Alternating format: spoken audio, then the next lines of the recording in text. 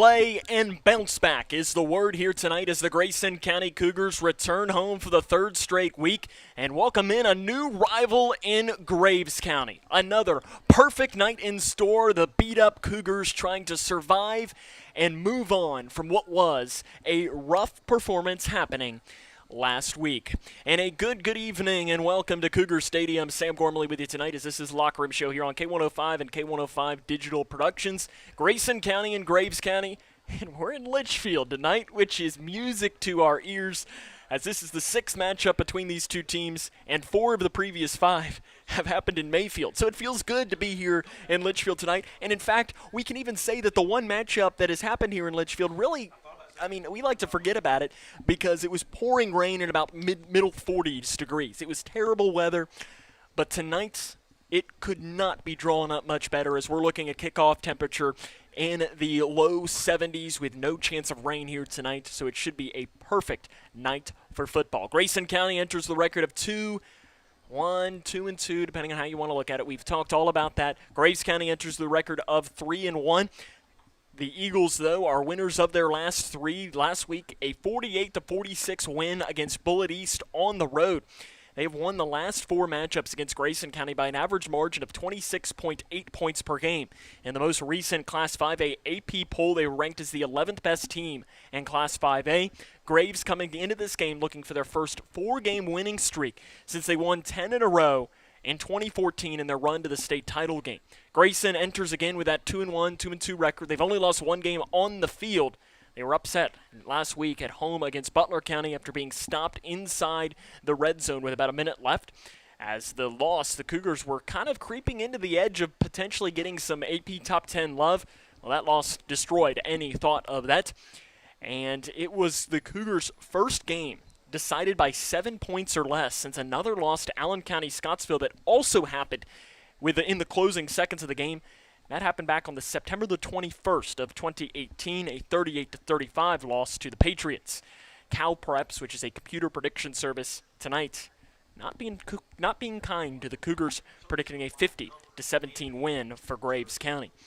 Cougars and Eagles getting closer and closer. Again, we mentioned Nick Kemp's Eagles coming in with that record of 3-1, and we'll introduce you to them coming up next, as this is the Locker Room Show here on K105.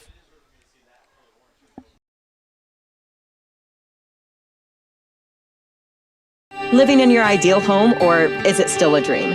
Future Designs Building Materials can help you turn your dreams into reality with atrium windows that will make the sun look brighter, roofing material that will keep your home protected year-round, and decking material for that perfect barbecue setting. Now is the perfect time to get your home improvement project off the ground. Got questions? Future Designs Building Materials can help with all your lumber and home improvement questions. Visit Future Designs Building Materials on Quarry Road in Litchfield or fdbm.net.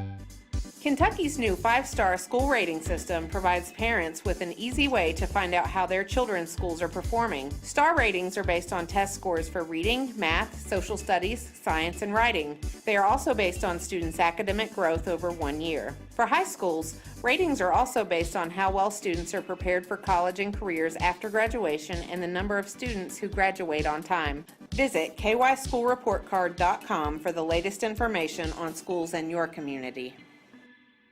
Connection. It's the name of the game in Grayson County Schools. Connection with students, with colleagues, with community, through relationships, through partnerships, through small daily acts, through high-impact programs at all levels. Connections that teach, that encourage, that build confidence, that show together we can, preparing students for life, equipped with real and real-world skills for success. Together, we are GC Connected. We, the people, are guaranteed 5 freedoms in the First Amendment. Freedom of speech. Freedom of religion. Freedom of the press. Freedom to peaceably assemble. Freedom to petition the government. Only the United States has these 5 freedoms so simply bound together and guaranteed. Think first. Learn more at thinkfirstamendment.org. To Grayson County High School, the Eagles and Cougars getting closer and closer. We're about 24 minutes away from kickoff in this game. Graves County again enters that record of 3-1, looking for their first 4-game winning streak since 2014. Their quarterback, Drake DeFreitas, as he is having an excellent season. The sophomore, 67 of 100 for 1,072 yards, 12 touchdowns, 3 interceptions. That total ranks second in the state in total pass yards. He's also a strong baseball player. Finished last year with a 1.77 ERA and led the team in total strikeouts. Clint McKee, though, if you've been watching this Graves County series, I don't need to tell you much about Clint McKee, as he has had his way with the Cougars. 99 carries for 533 yards and 10 touchdowns, averaging 5.3 yards per rush. McKee has caught 9 passes for 158 yards and a touchdown. That's an average of 17.6 yards per catch. Last week in the win over Bullitt East, McKee became the Eagles' all-time leader in carries. In his career against Grayson County, McKee is averaging 145.3 yards per game and 7.2 yards per carry. Marcus Isaiah is a new name that you're going to need to know for this Graves County team. He's their leading receiver. He's a transfer from Centralia, Illinois, as he has caught 26 passes for 383 yards and 4 touchdowns. And I know when talking with some of the Graves County people as they came in, they said he is the difference in this team. He is the X factor. The name that you will remember, Mason Grant, second on the team with 21 catches for 368 yards and 5 touchdowns. Last season against the Cougars, he caught 13 passes for 312 yards and 3 touchdowns. That's an average of 24 yards per catch. Cade Goatley has caught 8 passes for 112 yards and 2 touchdowns. You're going to be seeing him as a tight end of sorts for this Graves County team. They score, and they're going to score a lot tonight. 39.8 points per game. That's the 18th highest total in the state and 7th in Class 5A. Clint McKee, he's 11th in the state by averaging 16.5 points per game. And during the 5-game series between these two teams, the Eagle offense has averaged 34.2 points per game.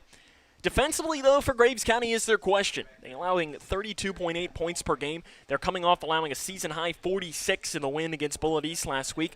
They allow 171 yards per game through the air, 220 per game on the ground. Last week, they gave up nearly a season-high total of 288 yards on the ground. Caleb Cornwell and Jack Cope are their 2 leading tacklers, 38 and 35 tackles respectively. They forced 8 turnovers on the season, 5 interceptions, and 3 fumble recoveries. They have 1 defensive touchdown, a 55-yard interception return against Bullitt East last week. The team has held Grayson County during their current 4-game winning streak to 7.2 points per game. That's been the difference. Grayson has not been able to move the ball against this Graves County team. Grayson County enters with 2 wins on the season and 1 loss on the field. But some names are not going to be playing tonight. So we'll tell you about that here coming up, as this is Cougar football on K105.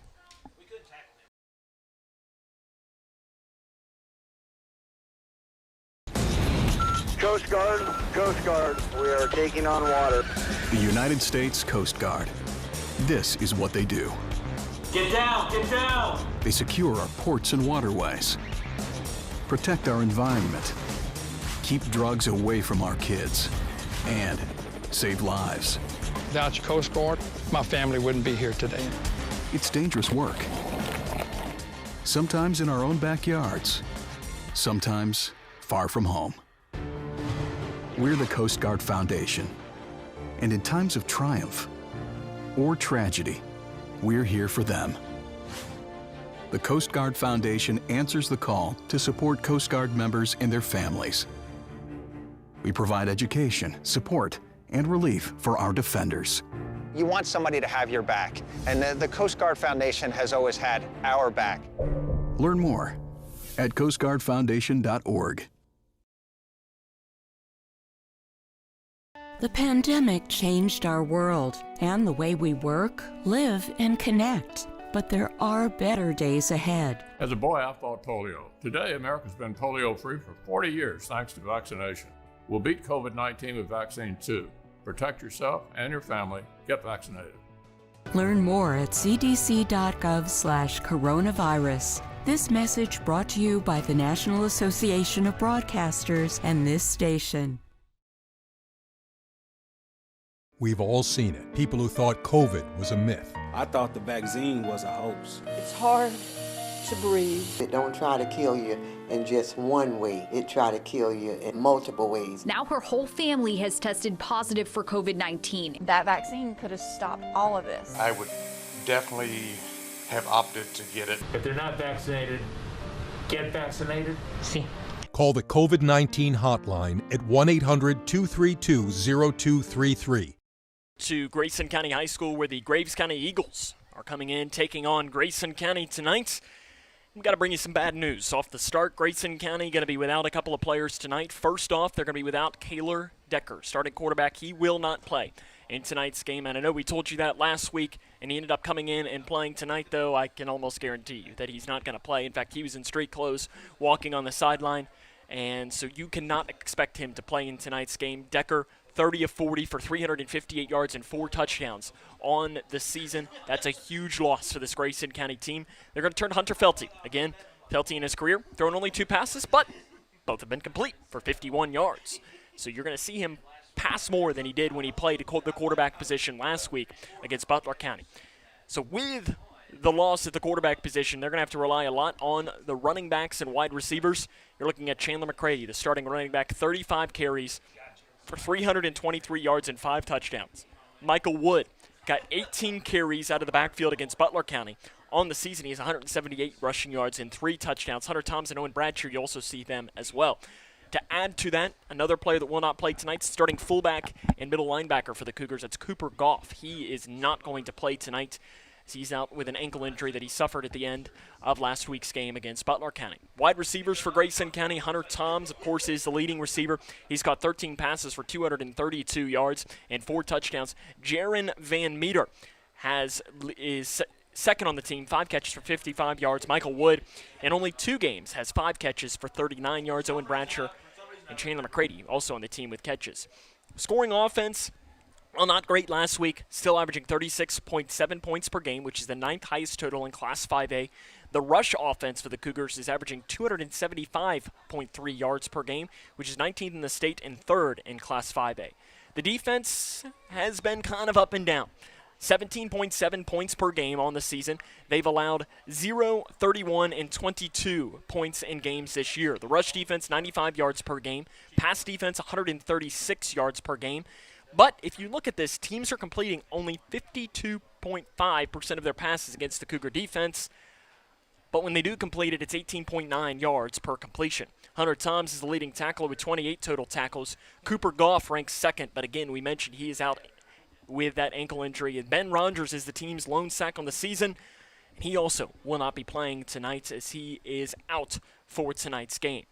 The team has forced 7 turnovers on the season with 3 interceptions and 4 fumble recoveries. And as a reminder, for every turnover, Sheriff Chaffins, Norman Chaffins, Grayson County Sheriff, will donate $50 to the Football Boosters program. I saw Sheriff Chaffins as I was walking in the door today. I said I hope he's ready to be donating some money tonight. That's the hope for this Grayson County team. Cougars and Eagles getting closer and closer to getting underway here tonight. We'll talk to the head man himself, Brian Jones, after this. This is Cougar Football on K105.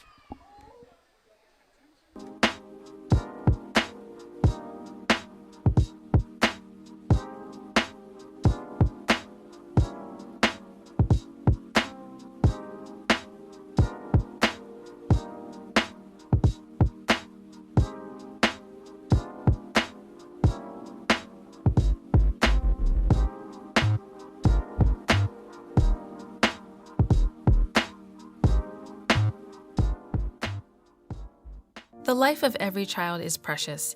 If you care for a child or teenager with a disability and have limited income and resources, they may qualify for monthly cash payments through the Supplemental Security Income Program, or SSI. Call Social Security at 1-800-772-1213 or visit ssa.gov/SSIkids to learn more.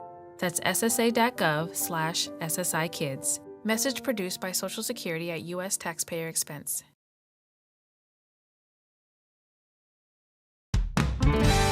When caring for a family member, their state of health is continually on your mind. And when they're faced with a health concern, you'll do just about anything to make them feel better. Rest assured, their feel better starts right here at Midway Pharmacy. We take our time to get to know all about your family's health history so we can provide you with educated advice. So when someone's counting on you to help them maintain a healthy lifestyle or to overcome that untimely sickness, remember, your feel better starts here at Midway Pharmacy.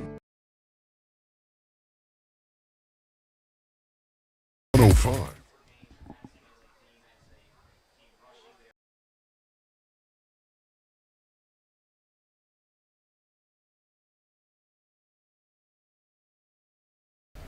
Welcome back to the Locker Room Show here on K105. Sam Gormley now joined by the head coach of the Grayson County Cougars, head coach Brian Jones. Coach, tough loss last Friday night. When you went back and watched film, what did you learn about your team?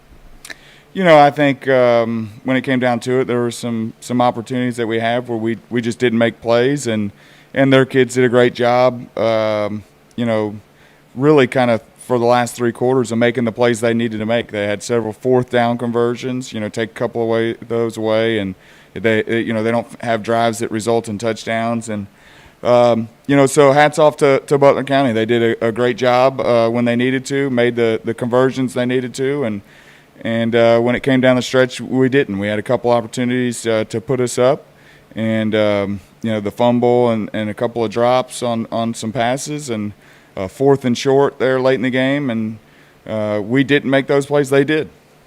You touched on the little bit of mistakes, the drops and the fumbles, and those moments happen in football.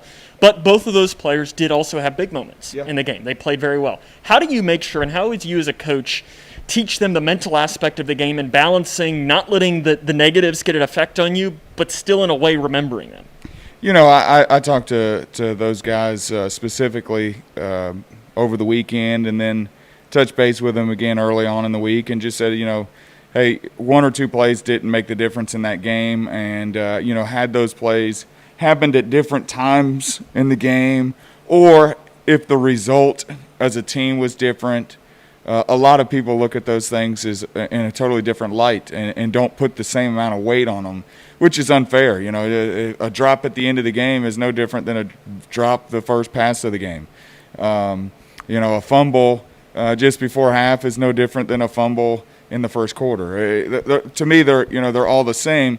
They may hurt a little bit more at different times, but you know, so I told them not to, you know, beat themselves up that 1 or 2 plays didn't make the difference, and just, you know, talked about this week about preparation, and you know, Monday very early in the week we talked about a quote that we come across as a coaching staff about you know, it was something to the effect that, you know, Navy SEALs talk about when the pressure's on, you don't rise to the occasion, you sink to your level of preparation and training. And so, you know, we told the kids that we've got to ensure that our level of preparation and training is high enough that when the pressure's on, we're satisfied with how we play. And, you know, so that was kind of what our motto was for the week, is to make sure that we're training hard and preparing ourselves for pressure situations so that, you know, we don't have drops or fumbles. After the game last week, I asked you, do you think this can be a good thing for your team?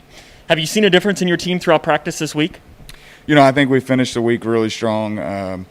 Wednesday, Thursday practices were really good. We had a little weather issue on one of the days, and, you know, the first part of the week, I'll say we had a little hangover from it. But I felt like we were able to move past it, and we finished the week on 2 really good days. Whenever I think of Grayson County, Graves County, one thing immediately comes to mind, and that's the road trip. Thankfully tonight, you're not making this road trip, and instead Graves is coming to you. You've made that road trip now 4 times over these past, 2+ years. Is there anything that you know, being the team that travels, that you can do differently against Graves to try and make that road trip become into a big advantage for you all?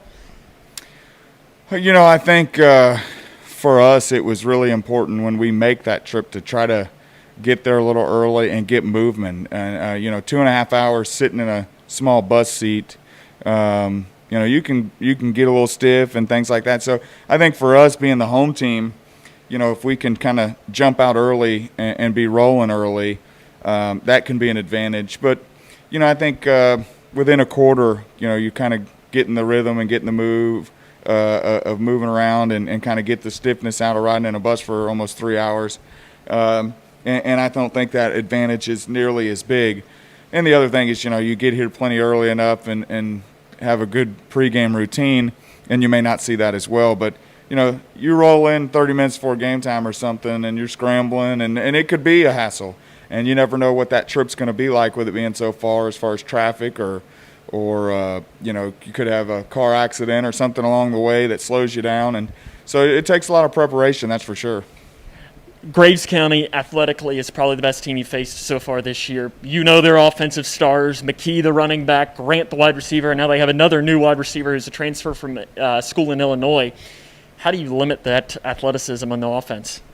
I think one of our best things we can do is for us to be able to move the ball, maintain time of possession, help the defense by not having 3 and outs and being able to flip the field possession.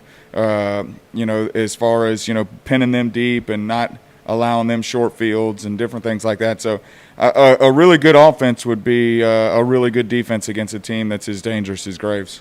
Bullitt East last week did have some success moving the ball against Graves County. Did you get a chance to watch film from that game? And if so, did you see anything that they did offensively that you all think you might be able to have some success in tonight? Yeah, we did get that film and watched it, and there was some things that I think we've seen consistently week in, week out that some teams have done to them that we've worked on, and so we will do some of those things, but also we've worked on, some of the same things that we've been doing for the past few weeks that have been successful for us as well. And so we'll continue to try to improve on the things that we've been doing that we like and, sprinkle in a few new things that we've seen that we feel like could help us as well.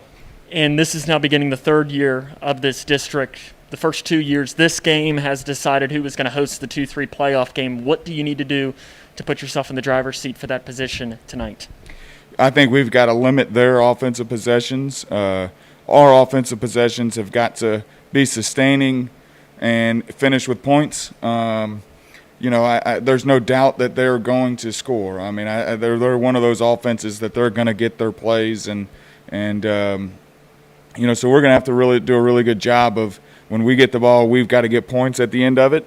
And, I think minimize mistakes. I think if it becomes a game where it's tit for tat, it's going to be the team that makes the most mistakes or makes the last mistake that loses the ball game. So, we got some really talented players as well, and we got to get out there and give them a fighting chance. Coach, good luck. Well, more here coming up on the Locker Room Show after this. Future Designs, your complete home building and remodeling center. Future Designs has everything you need from design to delivery and everything in between. From traditional home and building construction materials to the metal roof and siding division, you'll find it at Future Designs. Quarter paint is also available at Future Designs. Start at the foundation of any project and work your way up with Futures. You'll find the product, service, and advice needed for a strong structure. There's a reason they call it the builder's choice. Find out why at Future Designs on Quarry Road in Litchfield. We've all seen it. People who thought COVID was a myth. I thought the vaccine was a hoax. It's hard to breathe. It don't try to kill you in just one way. It try to kill you in multiple ways. Now her whole family has tested positive for COVID-19. That vaccine could have stopped all of this. I would definitely have opted to get it. If they're not vaccinated, get vaccinated. See. Call the COVID-19 hotline at 1-800-232-0233.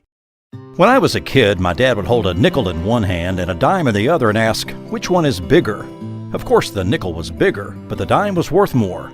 Think about that. With all the bank mergers going on, does bigger make them better? I don't think so.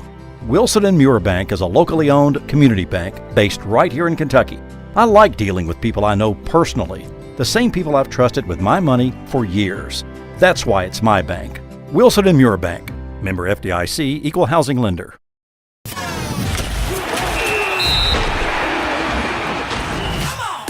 Cougar football on K105. Welcome back here to Litchfield, where the Grayson County Cougars are getting ready to take on the Graves County Eagles. Here's your keys to tonight's game.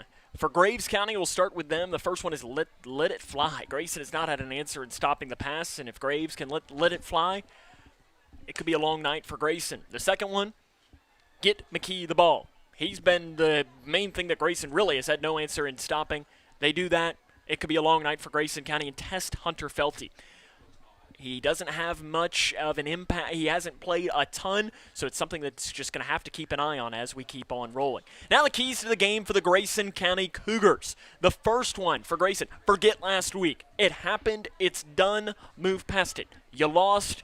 It doesn't matter. This is the game that matters. The second one, don't forget last week. It's kind of one of those things that you want to remember how you felt after that game against a big rival as the Cougars take the field right now. The third one, establish the run for Grayson. They got to do that to win the game tonight. And the fourth one, the secondary, is going to be the difference in this game. They are going to have to play by far their best game of the season. That's the keys to the game. The Cougars and the Eagles coming up next here on K105.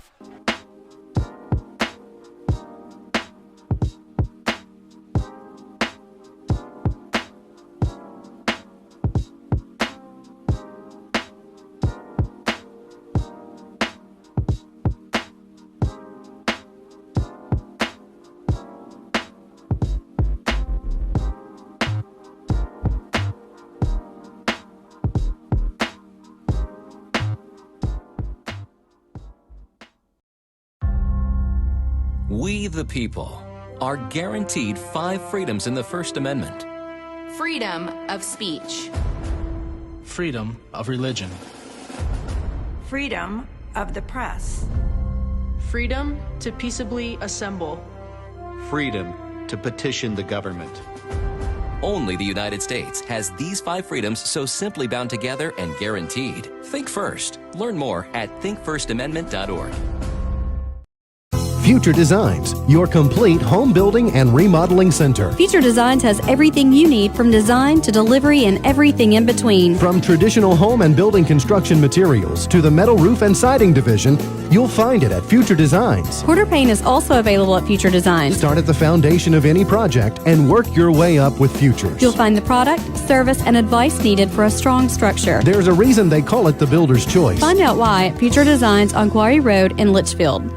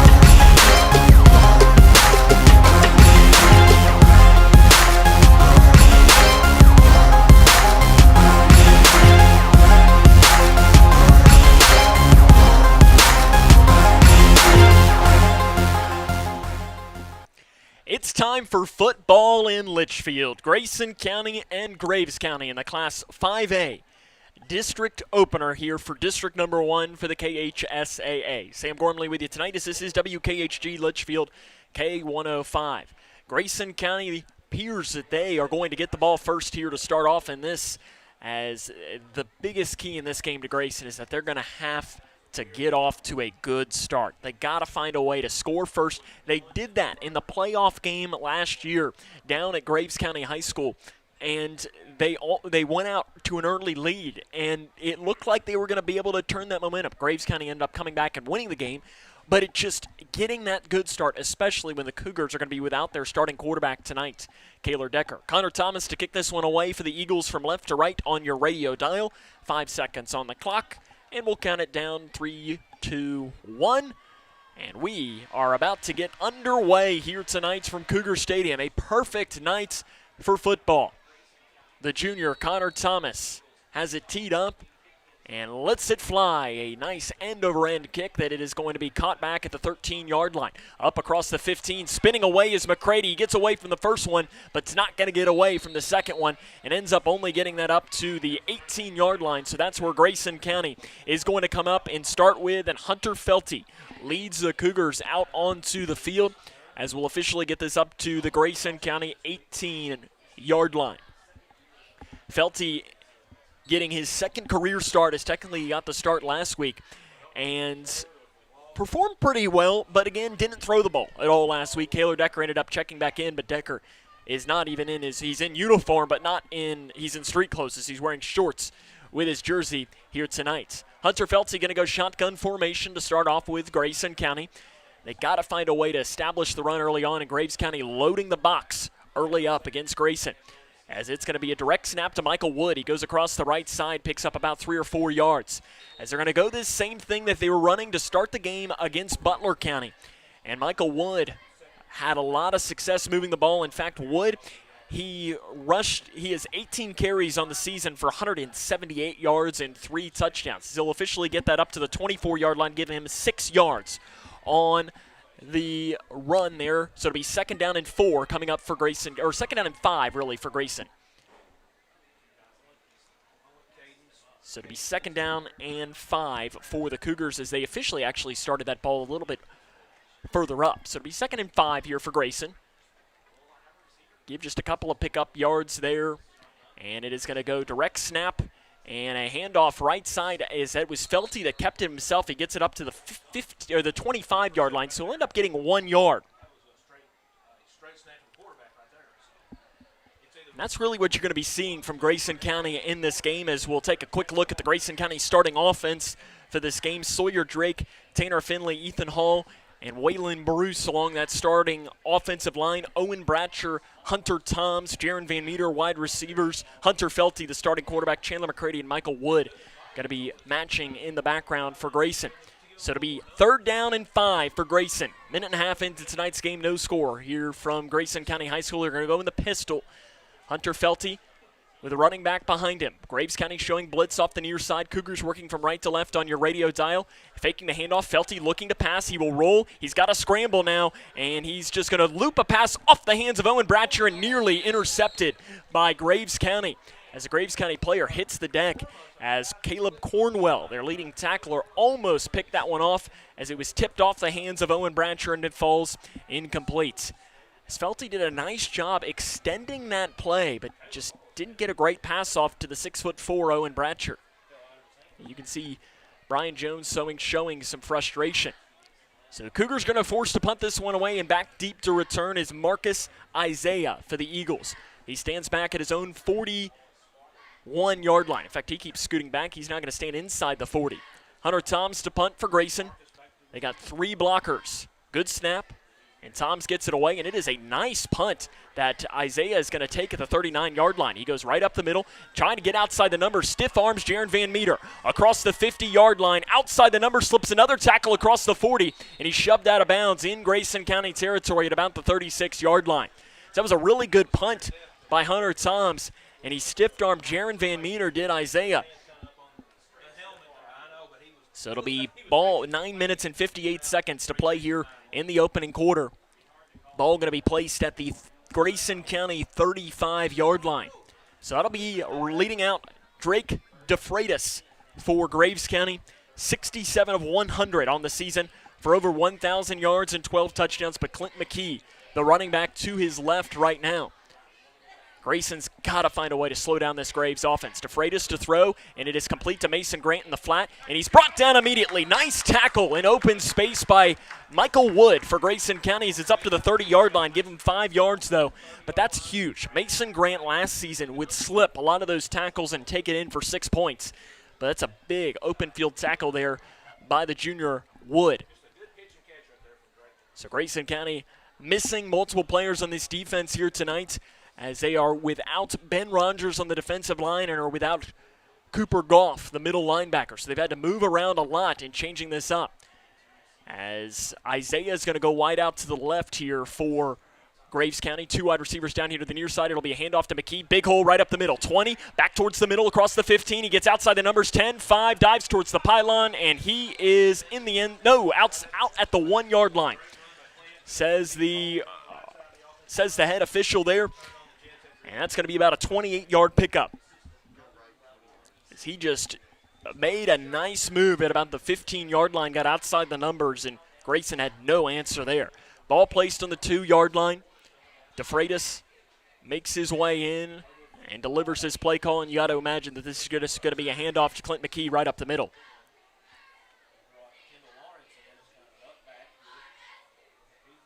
So they got another blocker in there for him. It's Kendall Lawrence, the 6-foot junior, acting almost as a fullback. They'll go shotgun to Freitas with McKee to his left. McKee's going to get it. He goes in untouched. Touchdown, Graves County. That'll be a 2-yard touchdown run. And Graves County has an early 6-0 lead.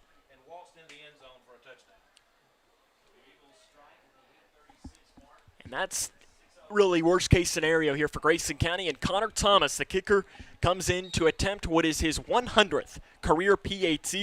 He's 95 of 99 in his career, which is pretty much automatic for a high school kicker. Not a good snap. It's long enough, and it splits the uprights. Connor Thomas makes it a 7-0 Graves County lead with 8:35 to play in the first. This is Cougar football on K105. Connection. It's the name of the game in Grayson County schools. Connection with students, with colleagues, with community, through relationships, through partnerships, through small daily acts, through high-impact programs at all levels. Connections that teach, that encourage, that build confidence, that show together we can, preparing students for life, equipped with real and real-world skills for success. Together, we are GC Connected. Wash your hands, stay home, cover your cough. It's our new reality with COVID-19, and that means calling ahead instead of going directly to a doctor or hospital if you're sick. It means being more patient. We're all in this together, and we all have a role in preventing the spread. So, prepare, focus on the essentials, protect, keep some space from people outside your home, and disinfect a lot. Get the facts at kycovid19.ky.gov. Prepare, protect, disinfect. Graves County strikes first in this game. They lead 7-0, 8 minutes and 35 seconds to play here in the first quarter. And Grayson really had no answer for the Graves County passing and rushing attack to start off in this game. And Connor Thomas to kick this one away. A spinning kick like a top is caught back by McCready at the 10-yard line. He tries to get away from a defender, does slip one tackle, but again just runs into a mass of Eagle defenders. And I'm not even sure he got the ball up to the 15-yard line. It looks like that's exactly where they are going to put it, so only give McCready about 5 yards on the return. Really good kickoff coverage early on by the Graves County Eagles. Grayson went 3 and out in their first drive and really had a nice first play where Michael Wood picked up about 5 yards, but other than that, it was nothing going. Again, if you're just joining us, Grayson County without starting quarterback Kaylor Decker in tonight's game, as they are turning to Hunter Felty, the junior, to get the start here tonight. Ball placed on the Grayson County 15-yard line. Cougars are going to go with this bunch set, just loading up the box. They'll go shotgun. It is the shotgun here for Felty. Felty's going to keep it himself, and he dives forward after being hit in the backfield and ends up picking up about 1 yard. As Felty was looking for a hole and didn't find it, and when he finally found like a little sliver, he was hit immediately and just had to dive forward and ends up picking up about 1 yard up to the 16-yard line. So it'll be 2nd down and 9 coming up for Grayson County. And for Grayson, you heard Coach Jones talk in the open that he said that the best defense for Grayson County is good offense. They need a long drive here, but it's got to end in 6 points. A long drive means nothing if you don't get the ball in the end zone. They'll go shotgun here. Hunter Felty, the junior quarterback, takes the hip-high snap. And actually, it's Michael Wood who gets this one. He goes across the right side, keeps the pocket moving, picks up about 3 or 4 yards on the run up to the 20-yard line. Nice carry there by Michael Wood on the direct snap. Let's pick up 4 yards. It'll be 3rd down and 5 for Grayson. Chandler McCready going to check back into the game as they're going to go multiple running back set here. As they're going to kind of doing some offensive line substitutions in this. So you saw Matthew Phillips, the 5'11" sophomore that trotted off the field after he was in as an extra lineman. They're going to spread it out here. Trips to the near side, one wide receiver to the right side. Shotgun formation for Felty. He is McCready to his left. Felty will hand it off to McCready, and he tries to spin out of a tackle but has nothing working on the right side. Picks up 1 yard up to the 21-yard line, and the Cougars are going to be forced to punt yet again. not a great start for Grayson County on offense in this game. And Hunter Thomas is going to be standing back inside his own 5-yard line to punt this one away. And back deep to return this one again is going to be Marcus Isaiah. He had a big return on his last one as he took it about 30 yards. Grayson's going to go for it. This is a gutsy call here early on for Brian Jones. They're going to go trips here to the near side. And faking the handoff, tried to throw a slant, and it's incomplete, and the Cougars are going to go turnover on downs. As they tried to go, it's probably trying to throw them off sides as they lined up to punt early on, but moved back in to go for it. And going for it on 4th down on their own 21-yard line is a dangerous move, but I think Brian Jones realizes that they need some momentum in this game, especially with how good this Graves County offense is. 6 minutes, 15 seconds to play here in this first quarter. Ball placed on the 21-yard line. We will want to mention that before the game, both coaches did agree that there will be a running clock at 28 points instead of the typical 36 in this game. So it's something to keep an eye on if it does come to that point. And Graves County looking to add to their already 7-0 lead in this game. High snap, DeFreitas is going to hand it off up the middle to McKee. Big hole left side towards the end zone, and he runs out of bounds inside the 5-yard line. DeFreitas did a nice job with the ball fake as it looked like he was going to keep it, and he gets that down to about the 2-yard line. Give him 19 yards on the completion. So 6 minutes to play here in the first quarter. It's 7-0 Graves County on top of Grayson County.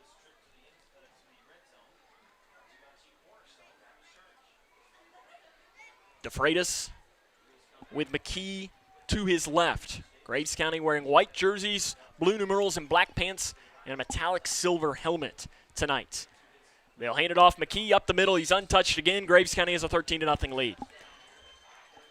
So McKee gets his second 2-yard touchdown run, and Graves County has jumped up to a big lead in this one already, 13-0 with 5 minutes and 37 seconds to play in the first quarter. Connor Thomas on to attempt the extra points, and we were down there when he was warming up, and I'm not sure he missed when he was warming up. In fact, as I mentioned, 96% on extra points for his career. His 101st career is a line drive kick that spins through the uprights. Graves County leads this one 14-0 with 5 minutes and 37 seconds to play here in the first quarter. Try to see if we can't run down a score or two to bring you from around the region. And a score with about halfway through the first quarter, Russell County and Warren East are all tied up at 7.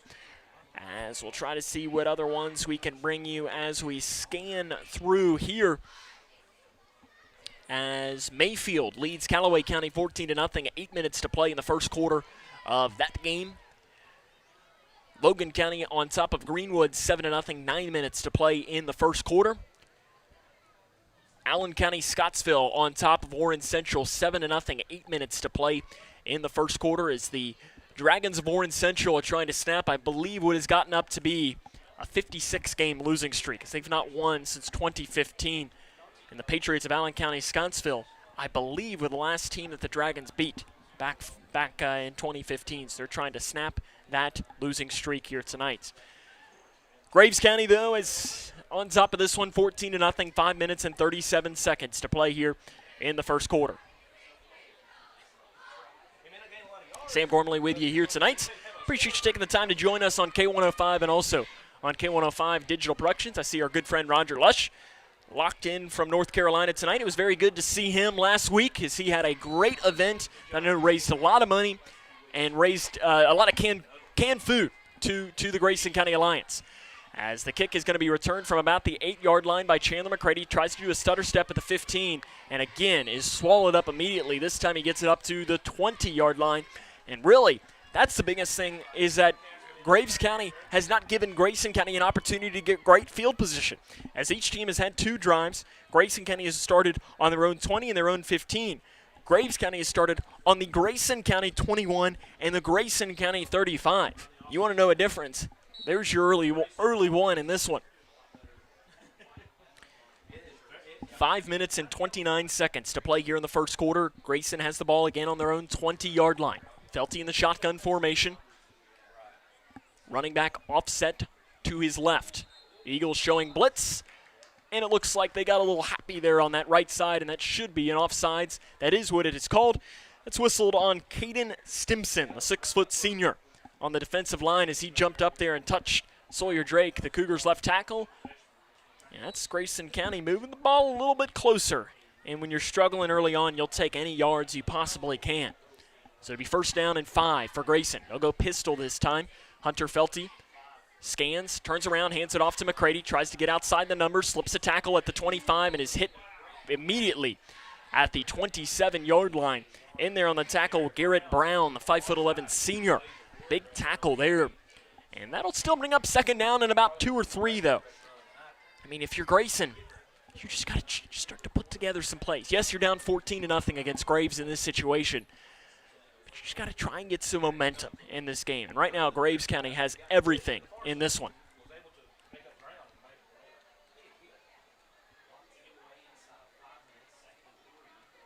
Second down and 3 for Grayson County. And they're going to go all alone here. In the shotgun formation is Hunter Felty. And they're going to send a man in motion, Chandler McCready. They're going to fake the jet sweep to him. Hunter Felty up the middle. He's got the 1st down and more. Across the 30, across the 50. Hunter Felty, 35-30, 25-20, 15-10, 5. Touchdown, Cougars. Hunter Felty takes that 73 yards for a Grayson County touchdown. Felty had a big hole across the near side, found it, broke it, took it straight to the house. And that is exactly what Grayson County needed in that situation. 73-yard touchdown run for Felty. Jackson Kane to attempt the extra point here for the Cougars. On the season, 5 of 8. The right-footed kicker gets a high snap, and it's going to be over his head, and it is going to be fallen on top of by Graves County. So the Cougars can't get that one to complete, but they do have a touchdown. And with 4 minutes and 29 seconds to play here in the first quarter, it is 14 for Graves, 6 for Grayson. As we'll try to see if we have any other score updates to bring you. 4:29 to play here in this first quarter.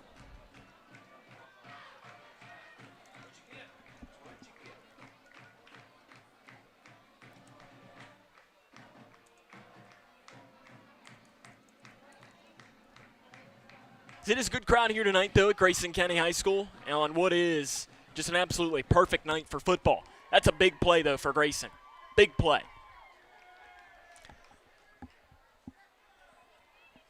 See if the Cougar defense now can pin Graves deep. And, I mean, Graves, again, their first 2 drives in this game, they've had great field position as they've started at the Grayson 35 and the Grayson 21. Now, I mean, barring a big return here, you're looking at potentially at least giving your defense a shot. So Jackson Kane to kick this away. You're starting to feel a little bit of life for Grayson. They got 2 straight punches in the mouth to start the game. See what they can't turn it around here. So Jackson Kane to attempt this kickoff. I mean, does Grayson County maybe go for a little onside kick, try and turn this momentum into something? Jackson Kane has never attempted an onside kick, at least from my memory. And he does a little short pooch kick that is going to take a bounce, and it's going to be picked up at the 21-yard line by Isaiah. He's across the 30, and he's drugged down there at the 32-yard line. Nice tackle by Grayson. As coming in there to bring him down was, I believe that was Jackson Kane. It was. Jackson Kane goes down there to grab the tackle. The kicker making the tackle, and he sped down there and made a really nice tackle. So 4 minutes and 25 seconds to play here in the first quarter. Graves is going to have the ball at the 32-yard line. It's a really, really good play there by Jackson Kane, the kicker. Graves going to go, spread it out here, 2 wide receivers on each side. DeFreitas, the shotgun, with McKee, the running back, to his right. You've got Grant and Lawrence down here to the near side. Looks like Goatley and Isaiah to the far side. They're looking to pass. They're going to throw it out to Grant. He's got his man beat, and it is overthrown as Mason Grant outran Michael Wood. And if he would have caught it, it would have been the easiest 6 points he had, but it was just overthrown by about 3 yards. So that'll bring up 2nd down and 10 here for Graves County. Ball placed on the 32-yard line. And, I mean, that was kind of Graves. We haven't seen their passing attack yet. Decided to open it up there and see what they couldn't do. It'll be 2nd down and 10. Got to imagine that you're going to be seeing a handoff here to McKee. Grant's all alone down here to the near side. 2 wide receivers to the left side. Shotgun once more. High snap. DeFreitas hands it off to McKee across the left side. Hit at the 35-yard line. Dives forward up to the 37. Nice tackle on that far side. Van Meter in there for Grayson County. As it gets up to the 37-yard line. So give him 5 yards. It'll be 3rd down and 5 for Grayson County. A huge play here in this game. Huge play. If Grayson can get a stop in this situation and get the ball back, you never know what could potentially happen. 3rd down and 5. You got to imagine that McKee is going to be touching the ball here in this situation. Grant down here to the near side. Goatley and Isaiah out to the left. It's the shotgun formation for Graves. They lead 14-6. Faking, throwing over the middle. The pass is complete and drug down across the 1st down marker up to the 45-yard line. So that was complete to Goatley. And they'll give it up to the 45-yard line, give him 8 yards and a 1st down, Graves County. 3 minutes, 33 seconds to play here in the 1st quarter. It is 14-6. Graves on top of this one. That's a tough play there for Grayson. It was a good play call. They ran a little post route over the middle. It was a nice pass completion. 2 wide receivers on each side once more. They'll go shotgun one more time. McKee to the left of DeFreitas. They'll throw a screen pass over to the far side. It is to Isaiah. He's across the 50, across the 45, and is pushed out of bounds into Grayson County territory. Graves County coached by Nick Kemp. He's in his 3rd season, 17-9 overall. He was promoted from the interim head coach prior to the 2019 season, as he was the interim coach for the entirety of the 2019 season after being the defensive coordinator for quite a few years. Up to the 42-yard line. That's a 1st down, though, for Graves County into Grayson County territory. 2 minutes, 50 seconds to play here in the 1st quarter. It is 14-6. Graves on top of Grayson. 2 wide receivers down here to the near side, 1 to the left. Shotgun for DeFreitas, throws off into the flat. It is complete to McKee across the 40-yard line. Drugged down by his shoestrings up to the 36-yard line. So McKee has killed Grayson in the past, coming out of the backfield on the pass completion. And he's very good there. On the season, 9 passes for 158 yards and a touchdown, averaging 17.6 yards per catch. So if Brian Jones, you said that you're going to hold McKee to only 6 yards for a pass completion, he'll say, I'll take it. Grayson's defense going to need a stop here in this situation. They're going to load the box a little bit.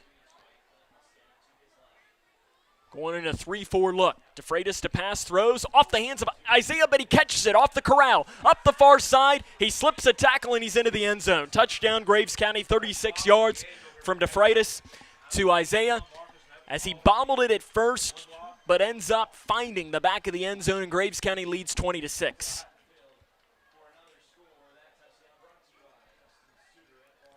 So give him 36 yards on the pass completion. And again, the junior Connor Thomas trotting his way up to try and add to the lead.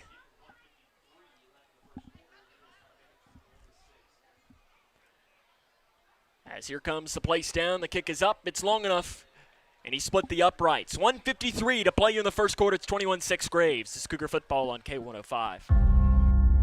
We the people are guaranteed 5 freedoms in the First Amendment. Freedom of speech. Freedom of religion. Freedom of the press. Freedom to peaceably assemble. Freedom to petition the government. Only the United States has these 5 freedoms so simply bound together and guaranteed. Think first. Learn more at thinkfirstamendment.org.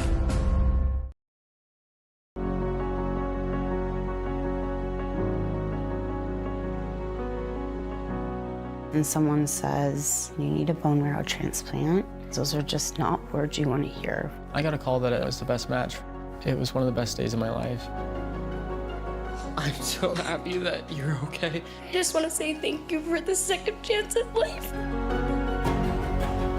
Thousands of patients need a donor like you. Learn how. The kick from Connor Thomas is an end-over-end kick that is fought over by Grayson, but it looks like it's taken by McCready at the 11-yard line. He slips a tackle at the 20. He keeps going up across the 35. He's got more room across the 45. Keeps going across the 50. Keeps the legs moving. 35, 20, 15, 10, 5.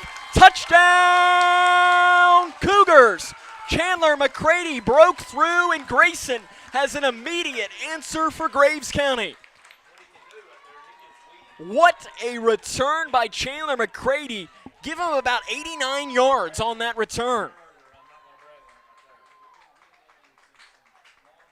The longest play of the season for Grayson County, and their longest play since Q McHenry had a 98-yard touchdown run against Muhlenberg County back at the end of the 2018 season. What a job there to answer for Grayson. Chandler McCready, an 89-yard return for a touchdown.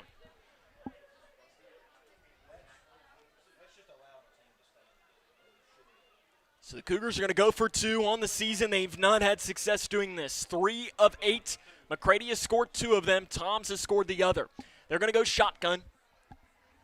As Michael Wood is to the right, it's going to be a direct snap to Wood. He tries to go up the middle. He's in. The 2-point conversion is good, and Grayson has brought this game to within a score. I'll tell you, the Grayson County, you got to give them a lot of credit. They're fighting like crazy in this game. Did not have a good start. Fell down 14-0, but it brought this game back to within 7. But I think about 89 yards there for Chandler McCready is about what we're going to give him. We'll get something more official as the game goes on, but it's tough for me to judge that as we're up here. Sure, maybe our good friend Roger Lush watching at home, maybe he'll be able to give us a more official total. He might have been having his eye on it.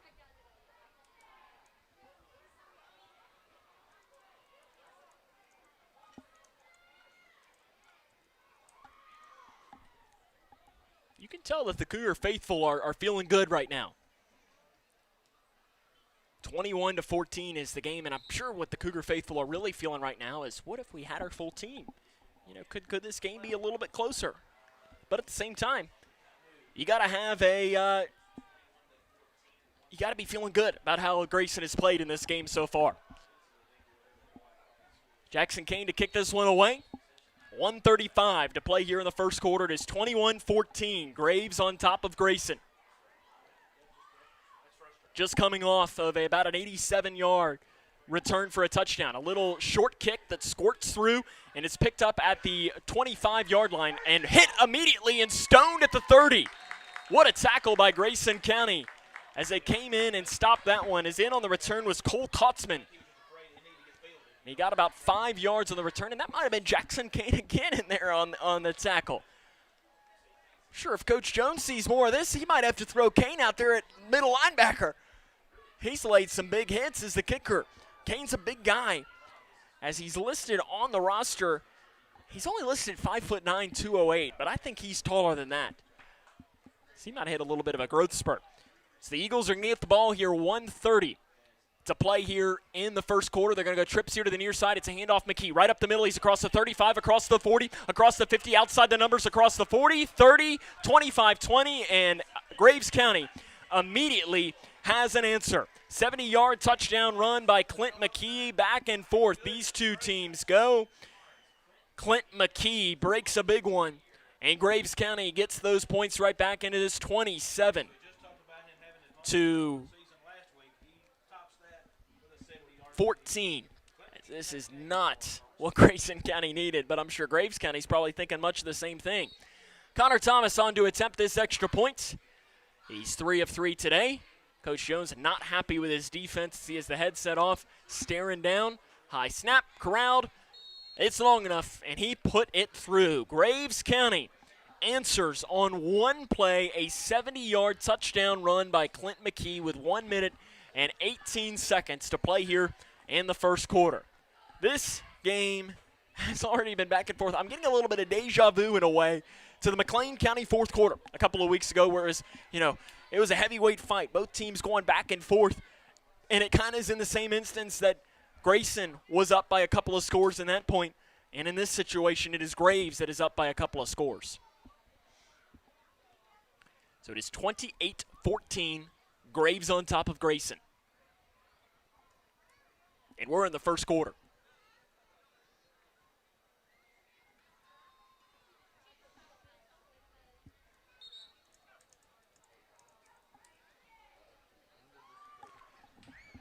So here comes Connor Thomas on to attempt another kickoff. Last one, Chandler McCready returned it about 87 yards for a Grayson County touchdown.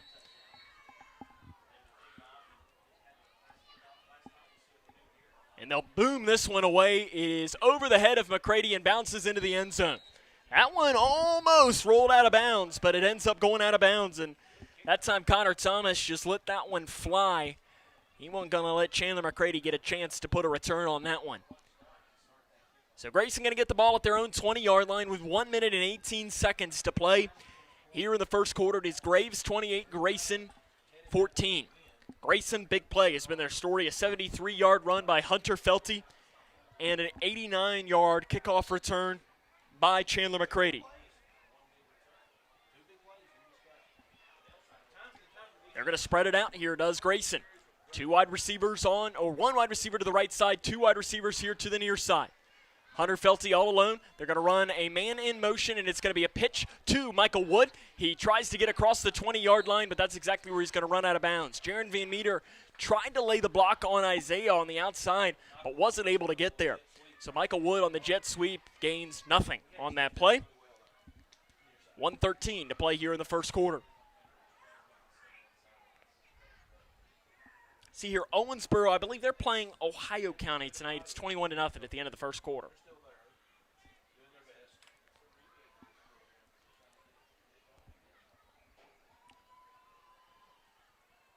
So they go pistol this time, Will Grayson. Two wide receivers to the right side. And it is going to be faking the handoff. Felty looking to pass. Now he's going to scramble up the middle. He's across the 20-yard line, breaks a tackle, but is hit by Isaiah and driven backwards. Is in there on the tackle was Fletcher Anderson. And that is going to give him about 2 yards on the pickup up to the 22-yard line. In fact, actually, they give him a little bit more forward progress there up to the 23. 45 seconds to play here in the opening quarter, 28-14. Graves on top of Grayson. Cougars will have it. 3rd down and 7. Ball placed on their own 23-yard line. Trips to the right side. One wide receiver down here to the near side. McCready, the junior, in the shotgun formation. One running back is to his right. Graves showing blitz up the middle. And they are going to hand it up the middle. And being stoned at the 25-yard line and driven backwards on the run was McCready. So they're going to say he gets it up to about the 25.5-yard line. And a little slow to get up on the play there for Graves County is Matt Flemings, the 5'10", 310-pound defensive lineman. And that's going to be the end of the first quarter. Grayson County might have a decision to make. Will they go for it on 4th down again? We'll find out when we come back. 28-14, Graves on top of Grayson through 1. This is Cougar Football on K105. When caring for a family member, their state of health is continually on your mind. And when they're faced with a health concern, you'll do just about anything to make them feel better. Rest assured, their feel better starts right here at Midway Pharmacy. We take our time to get to know all about your family's health history so we can provide you with educated advice. So when someone's counting on you to help them maintain a healthy lifestyle or to overcome that untimely sickness, remember, at Midway Pharmacy. Hi, I'm Janine Lucas with Wilson Muir Bank. Our focus is on building communities, and in many of our markets, agriculture is at heart of those communities. We are proud to partner with local farmers and value your role in Kentucky and globally. Our commitment runs deep because we understand your passion for farming. Many of us are farmers ourselves. Whether farming is your pastime or your livelihood, invite us to your operation or stop by our offices and let us know how Wilson Muir Bank can help you grow. Together we build community. Member FDIC, Equal Housing Lender, NMLS 403246. Like a boxing match here to start off with, both teams laying blows left and right. Graves has laid the most of them as they lead this one 28-14. 28-14 as we get ready to start the second quarter of play. Grayson, big plays. It's really been Graves that has been big plays in the history of this series. As we can take a look at the history of this Graves County-Grayson County series. It's the 6th all-time matchup. Graves leads 4-1. They won 4 in a row, and they've dominated. There's no other way to put it. They have dominated this. Only the second time, though, that they have played in Litchfield. Grayson appears that they're going to go for it. 4th down and about 4 coming up deep in their own territory. Ball placed on the 25-yard line. Big play in this one. Can Grayson get some momentum? And somebody jumps off sides for Graves County. On the inside, they showed blitz, and Garrett Brown, the senior, jumps off sides, and that will work for Grayson County and turn into an automatic first down. And I'm sure when Coach Jones was drawing this up, that's exactly what he had in mind.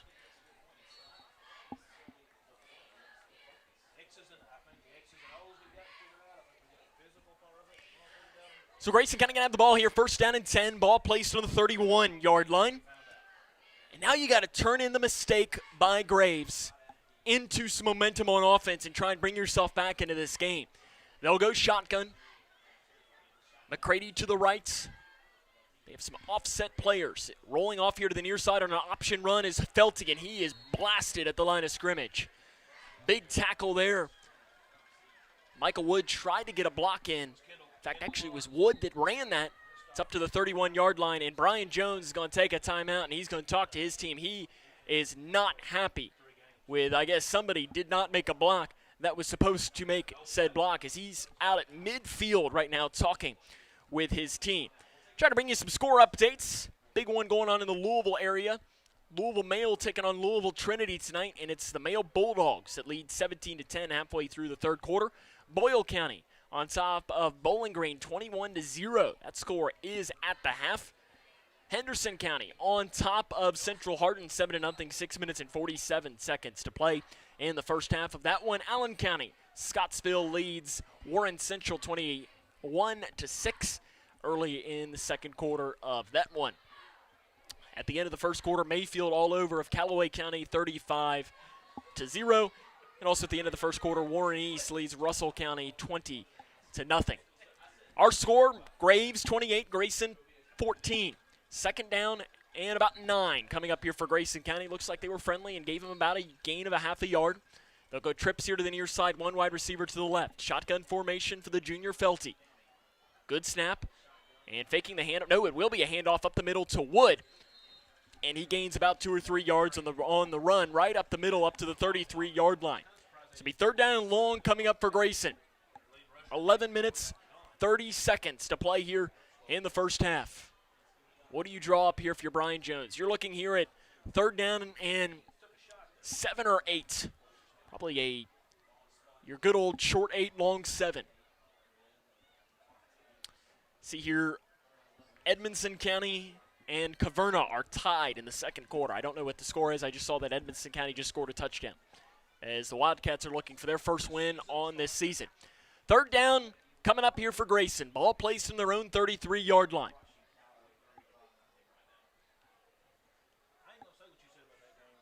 They're going to load it up. Graves going to bundle up here on the inside as well. Shotgun formation for Felty. The running back is to his right. Felty to pass, 3-step drop, throws over the middle, and it's complete at the 50-yard line to Toms. First down, Cougars. He found the soft spot in the zone, completed that one across midfield up to the 45-yard line. That's a first down, Cougars. Give him 22 yards on that pass completion with 10 minutes and 37 seconds to play here in the first half. What a play call. They looked like they were going to run the ball again. Felty stayed in the pocket and delivered a dart right over the middle, and Hunter Toms did a really nice job to make that catch. That's one of the best plays we've seen Grayson run here since probably the McLean County game. Just really well executed. Felty going to go shotgun. Wood to his right. Again, it's almost the same formation, but they've shifted. Snap to Wood across the left side. He's across the bar. 2nd down and 9 coming up here for Grayson County. Hope now, I look down at Chandler McCready. He's talking with the trainer. Hope that he is okay. Knowing Chandler, though, I know him and trainer Scott do have a relationship, so that could just be a, hey, how you doing conversation. Nope. In fact, it almost looks like that's a concussion test. I hope that's not what that is, but that's not something that Grayson County needs by any means. We're going to go here, shotgun formation again. You've got Wood and Felty. This time it's Felty, misdirection, handoff to Van Meter. He's across the 45-yard line, spins down up across the 40, keeps the legs moving, and is finally slammed down inside the 40-yard line up to the 38. Jaron Van Meter on the run. 5'4", 125-pound player. Makes a big carry up to the 38-yard line. Give him 6 yards on the pass completion. It's the one thing with Van Meter. He may be small, but he is definitely mighty. He is there is no one that he is not going to let his size take advantage of him. See, Keaton Hodges is going to check in. Checking out as one of the offensive linemen for Grayson County, as that's Weston Green. He's going to get another playmaker on the ball. Keaton Hodges, another player, small but mighty. And a couple of this sophomore class that'll definitely fit into that mold. They're going to spread it out here. 3rd down and short coming up for Grayson County. Felty all alone. They run a man in motion. It is Hodges. They fake it to him. Felty up the middle. He's across the 35, across the 30, keeps the legs moving, and he's brought down at the 28-yard line. Give him 10 yards and a 1st down, Cougars. This is a really good drive, and it's good to see Chandler McCready checking back into the game here for Grayson. Keaton Hodges is going to check out for the Cougars. That's a good sign, as what looked like that he was going under a concussion test, but Trainer Scott, best man in the business, gives him the okay. In fact, they end up not giving him a great spot on that, only up to the 30-yard line, so 8 yards on the pickup instead of 10.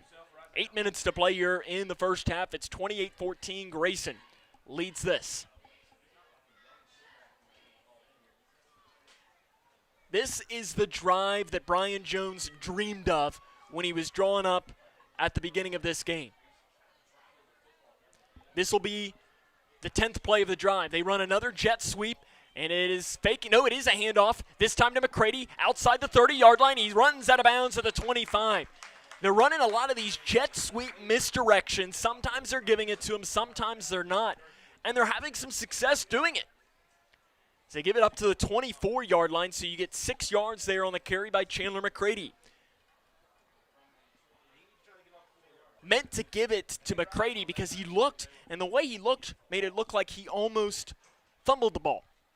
Now push that back to the 27-yard line, so that's a loss of 3 yards for Grayson. This will be the 12th play of the drive for Grayson County. It started back with 1 minute and 18 seconds to play in the second quarter. So we're looking at about 6 or 7 minutes on this drive already that went back to their own 20-yard line. It doesn't matter, though, if you don't get points here. 3rd down and 7 for Grayson. They need to get to about the 21. They're going to go all alone. Again, they run in the man in motion from the slot from the far side to the near side. Faking the handoff this time, McCready. Felty throws over top, and it is off the hands of the Graves County player. And Bratcher tried to slide down and get it, but wasn't able to. Caleb Cornwell got his first hand and deflected it just enough, but Bratcher wasn't able to get it. 4th down and 6 coming up here for Grayson. Cougars appear that they are going to go for it. They need to get it to the 20-yard line. It'll be 4th down and 7. They are in field goal range, but I'm not sure Brian Jones is thinking 3. They need 7 in this situation. They'll go trips to the left side. One wide receiver to the near side. Felty in the shotgun formation with the running back to his right. Felty will pass, 3-step drop. Now he's got to scramble, gets away from one man. It's not going to get away from the second. That's a sack in the backfield by Garrett Brown.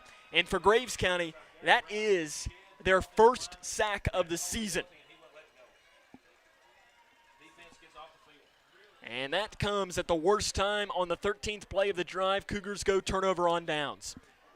What a really good drive for Grayson that ends in no points. It takes a lot of time off the clock, but if you don't score, it really doesn't matter. So ball placed on the 35 of Graves. Last time they touched the ball, it was one play, a 70-yard touchdown run by Clint McKee. Trips to the right side. They'll do that bunch formation. This is where you might want to watch out for a screen. They've got speed on each side. That's exactly what they do to Mason Grant. He's got a hole across the 40-yard line. Keeps going across the 45 and across the 50 into Grayson County territory. The way that play was set up, you had to think that a screen was coming, and Grant broke that one for 16 yards and a first down, Graves County. You saw that coming from a mile away. Grayson couldn't do anything with it. So it'll be 1st down and 10 beyond midfield for Graves. They'll move trips down here to the near side this time. This ball is placed in the far hash. Shotgun, good snap. DeFreitas gets away from a man, hit as he throws, and it is complete at the 20-yard line, and inside the red zone is where Lawrence is brought down for Graves County. As they'll give this up to the 19-yard line, that's a 30-yard pass completion, and Graves is able to move the ball with major success. The freshman Grayson Chafin's going to check in here for Grayson on defense, trying to get a stop on this end. Under 6 minutes to play here in the first half. It is Graves 28, Grayson 14. DeFreitas in the shotgun with McKee to his right. High snap. DeFreitas corrals, handoff McKee, untouched in the end zone. He shows the head of steam and takes it in for 19 yards, and Graves County leads this one 34-14.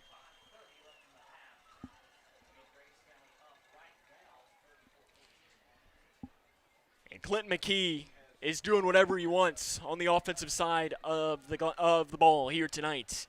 Connor Thomas again in to attempt the extra point. He does have a holder. The official was blocking him at first. It's a good snap. Kicks up. It's long enough. And he put it through. 35-14, Graves leads. This is Cougar football on K105.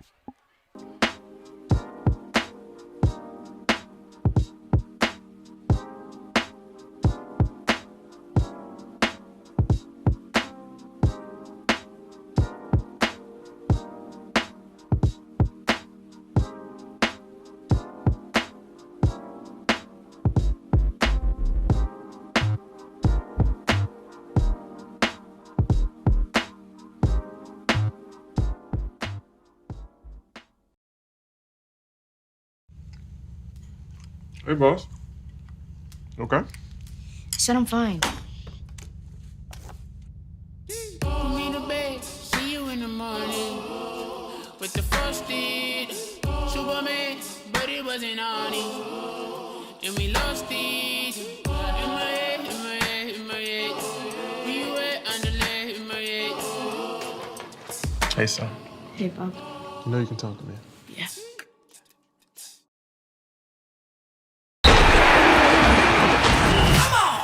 Cougar football on K105. 5 minutes and 30 seconds to play here in the first half. It is Graves 35, Grayson 14. And Connor Thomas to kick this one away.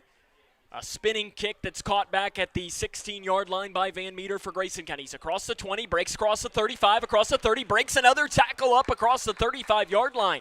That was a nice return there by Jaron Van Meter, the sophomore. Carries that one up to about the 36-yard line. Give him about 25 yards on the return.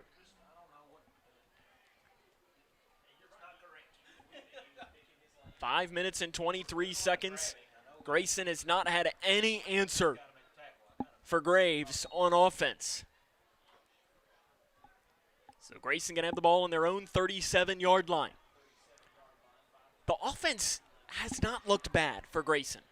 The first two drives not great, but they've really moved the ball well over these past couple. So they'll go shotgun this time again, loading it up on the inside. Felty, the quarterback, will roll here to the near side on the speed run. Breaks a tackle in the backfield, runs out of bounds for a loss of 1 yard. He had nowhere to go as he was chased out of bounds by Goatley on the run. Actually, that was Wood there. Again, they're doing this misdirection runs back and forth. So it will be a loss of 1 yard. It'll be 2nd down and 11 coming up for Grayson. It's 35-14, Graves on top of the Cougars. 5:18 to play here in the first half. McCready going to check in for Grayson. Hunter Felty going to deliver this play call to his team. Grayson just here is in this situation where they just need a couple of plays to go their way. They'll go trips to the left side, 1 year to the near side, shotgun. Felty will hand it off to McCready, and McCready has nothing to go on the right side multiple Graves County players in there on the tackle, as the first man to hit him was Garrett Brown in on the tackle. And it'll turn out to be a loss of 1 yard back to the 35-yard line. Grayson going in the wrong direction here. It'll be 3rd down and 12.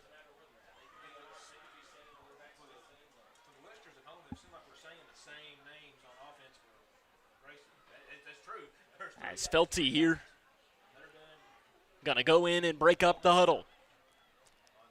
See what they draw up here does Grayson. They're going to send Michael Wood out wide to the left. Toms is in the slot on that left side. So they're showing some height, trying to get on the inside. Felty spins around, rolls to the far side, now rolls back here towards the near side. He's going to scramble, and he's brought down from behind. Grayson County right in front of head coach Brian Jones. He wanted a horse collar tackle on the play, but the official disagreed. And that's going to go backwards and force Grayson County into a 4th down and very long, back to the 29-yard line. So it'll be 4th down and 17 for Grayson. You got to imagine that you're punting in this situation. I can't imagine a scenario that you go for it in this opportunity here for Grayson. So 3 minutes and 50 seconds and counting here to play in the first half. Hunter Toms to punt this away for Grayson. Isaiah back deep to return. Low snap. Toms corrals it, and it's a nice booming kick that's caught back at the 35-yard line. Bobbled by Isaiah. He's across the 40, across the 45, across the 50, up the far side, across the 40. Breaks the tackle at the 35, and he's shoved out of bounds at the 30-yard line. And Marcus Isaiah is doing whatever he wants on special teams defensively in returning kicks. That was a big return there for Isaiah on what was a good punt by Hunter Toms. So officially only give this up to the 33-yard line, but Graves has needed really no, it doesn't matter where they've started with the ball in this one. They're going to score every single time they've had it. In fact, last season, Graves was 14 of 19 on touchdown drives against Grayson County. They scored a touchdown in 14 of 19 plays. 2 of those drives that they didn't were at the end of the game when they just kneeled the ball out, and they've scored on all of their drives in this one, all 5 of them.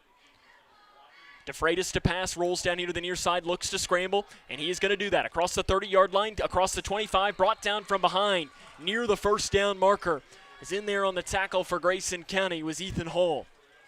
And that will be a first down for Graves County up to the 21-yard line, 12-yard pickup. That was a great run there by DeFreitas. He's not somebody that's going to run the ball a lot. In fact, he came into this game with negative rush yards. In fact, it's kind of funny when you look at Graves' total yards coming into this game was 526. Clint McKee's total yards, 533. So McKee technically accounted for over 100% of his team's total rushing yards because DeFreitas has negative rush yards on the season. He'll throw a bubble screen out to the far side. It's complete to Grant. He's across the 20-yard line, gets outside the numbers, tries to break back towards the middle, keeps on the feet and comes back here towards the near side across the 15. He's across the 10, keeps the legs moving, inside the 5, and he is inside the end zone. Touchdown, Mason Grant. A 21-yard pass completion. I think this one is going to come back because of a hold, and it is on Graves County. Mason Grant made something happen out of nothing there, keeping the legs moving as he was all the way towards the far sideline to where it almost looked like he was going to go out of bounds and roll it down here to where the G is in goal line here for Grayson. It is going to be a penalty on Graves, and they're going to move this one back. So officially give it back to the 28-yard line. So it'll be first down and 17 here for Graves County. Ball placed on the Grayson County 27-yard line.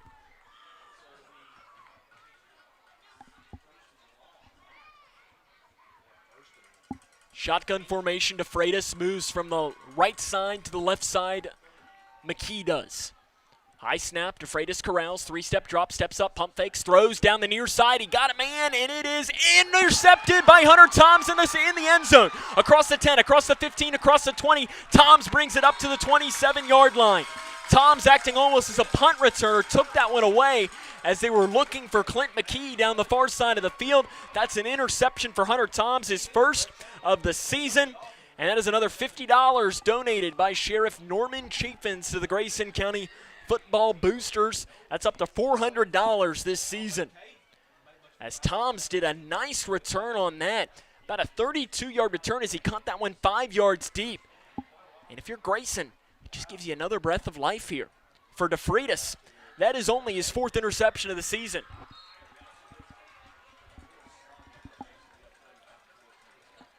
Two minutes and 10 seconds to play here in the first half. It is 35-14 Graves on top of Grayson. They'll go shotgun. And rolling down here to the near side on the quarterback keeper across the 30 up to the 31-yard line. On the carry there was Felty for Grayson. So give him up to the 31. It's about a 3-yard pickup there on the run by Felty. Under 2 minutes and counting. Graves County will get the ball first to start the second half. It's a really nice play by Hunter Toms in there.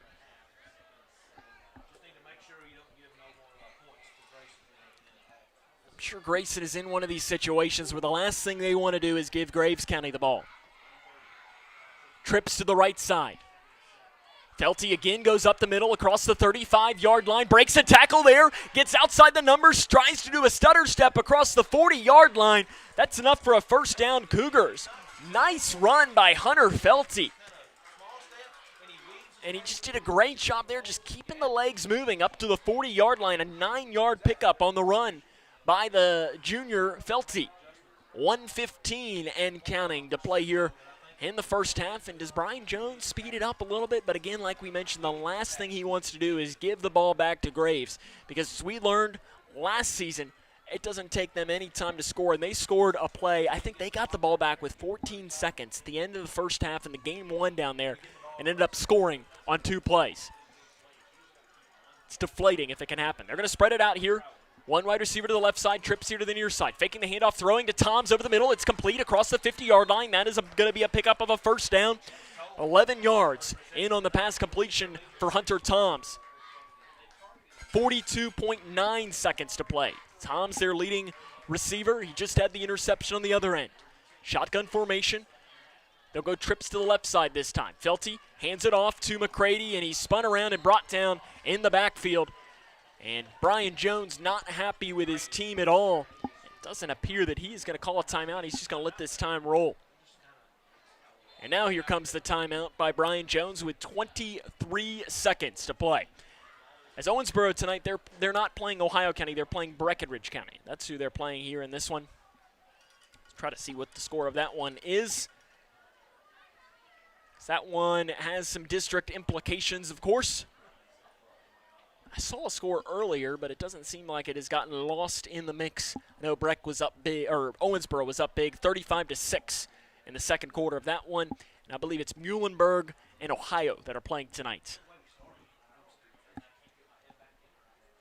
As Grayson County, I think when you look at this first half, there's some good things.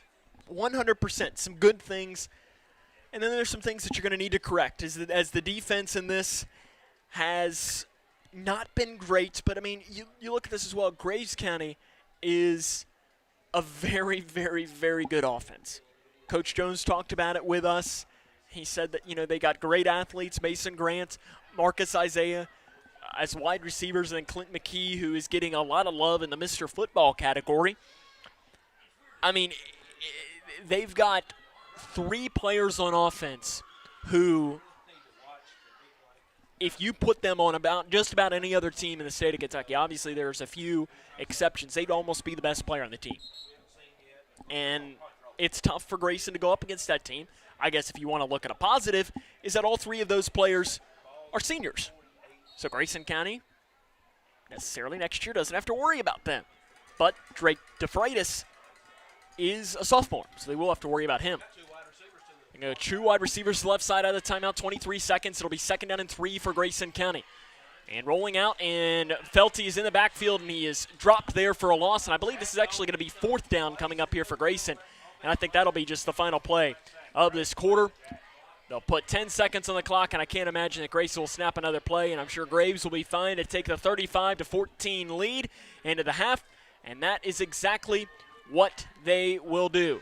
At the half, it's Graves 35, Grayson 14. This is Cougar football on K105. Future Designs, your complete home building and remodeling center. Future Designs has everything you need from design to delivery and everything in between. From traditional home and building construction materials to the metal roof and siding division, you'll find it at Future Designs. Quarter paint is also available at Future Designs. Start at the foundation of any project and work your way up with Futures. You'll find the product, service, and advice needed for a strong structure. There's a reason they call it the builder's choice. Find out why at Future Designs on Quarry Road in Litchfield.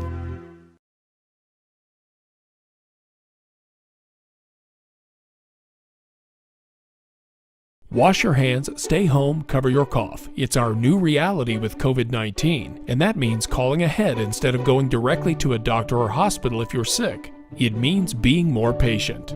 We're all in this together, and we all have a role in preventing the spread. So, prepare, focus on the essentials, protect, keep some space from people outside your home, and disinfect a lot. Get the facts at kycovid19.ky.gov. Prepare, protect, disinfect.